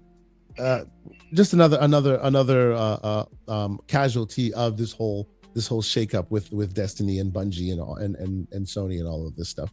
Very, very sad. The last bit of news that I wanted to quickly chat about, we don't have too much time to dig into it, but it had such good smattering of slander that I thought it'd be useful and funny for people to pay attention to, which was this article. I don't know if most people caught this, but Bobby Kotick is out there, and he has not left because there was a lawsuit that had come about in Sweden that contended that Bobby Kotick, at the time that he was the CEO of ABK, he moved too quickly to sell it off because he quote unquote was trying to escape the fallout from the sexual misconduct scandals at Activision at the time. Which what we all agree 100% happened. Which is what the lawsuit contends, right? The reason why I bring this up is because Kotick's response is ready. He claims that the negative press and all of that He claims that the lawsuit was intended to quote unquote benefit the Embracer Group, suggesting that suggesting that Embracer could have gained an advantage in the California gamers industry if Activision were weakened. He argued that the suit would have made it harder for Activision to recruit talent and pursue the M&A growth, indirectly helping Embracer. It's gotten so far that Embracer themselves have come out and strongly denied involvement, calling context theory baseless and saying that it doesn't need help from the Swedish compensation fund to compete. They don't need money. They're doing their thing. I don't know if you heard this. You should read this article.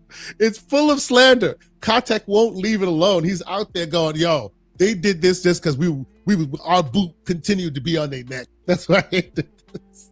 That's great. Yes. Kotick is out there talking a lot of stuff. I love it. I llove it. Anyway, so a lot going on in gaming, but I think we're done here. We're almost at 4 hours. We're three and a half, heading towards 4. So I think that's about it. Mr. Everborn Saga came and went. So too did many of the other great guests. Lucius, what do you have for us before we get out of here? Nothing. I just please join our Discord. And I know that we say that every single week, but you guys should also join the voice channels of the Discord. So when you see a bunch of people inside of the Discord, whatever, chopping it up, you can jump in. And I know that there's a lot of people who may not feel comfortable with saying anything, and that's totally fine. You don't have to say anything. If you enjoy this podcast, if you enjoyed the conversation that we had today, these are the normal conversations that we have all the time. And there's a lot of you may walk in and it may seem like there's two pit bulls trying to tear each other's heads off. That's just a normal conversation. Don't be afraid. It's totally fine. Everybody there understands boundaries, and we try to do our best to make sure that, like, as much as the conversations can get heated, it's always coming from a place of respect, and that people aren't intentionally trying to be disrespectful. So that's what we really care about. I think this meme totally encapsulates a lot of what happens in our Discord. Ready? Yeah. A lot of this happens in our Discord. I'm sorry. It is what it is. A lot of that happens in our Discord. It is what it is. And sometimes they're not just Xbox versus PC. It's also Discord. It's also PC people versus PC people. This happens a lot in our Discord. Sometimes it's like you'll have AMD versus NVIDIA conversation. Oh, yeah. Intel versus AMD. It's just, it gets ridiculous. But we have a great time, and we always keep it fun. We always keep it gaming as you would, even when Gamsley's around. But all right, that's it from us. We've had a barn burner of an episode. Shout out to the great Everborn Saga. Shout out to Paris Lily. Shout out to Steel Rain, VG Fight School, of course, the great Doc Dark. So many people joined us. We had a great conversation. We're gonna keep this conversation as we do in the Discord. We'll see y'all next week. But I think that has been it for us. So until next week, peace. Have a good one, y'all. Peace.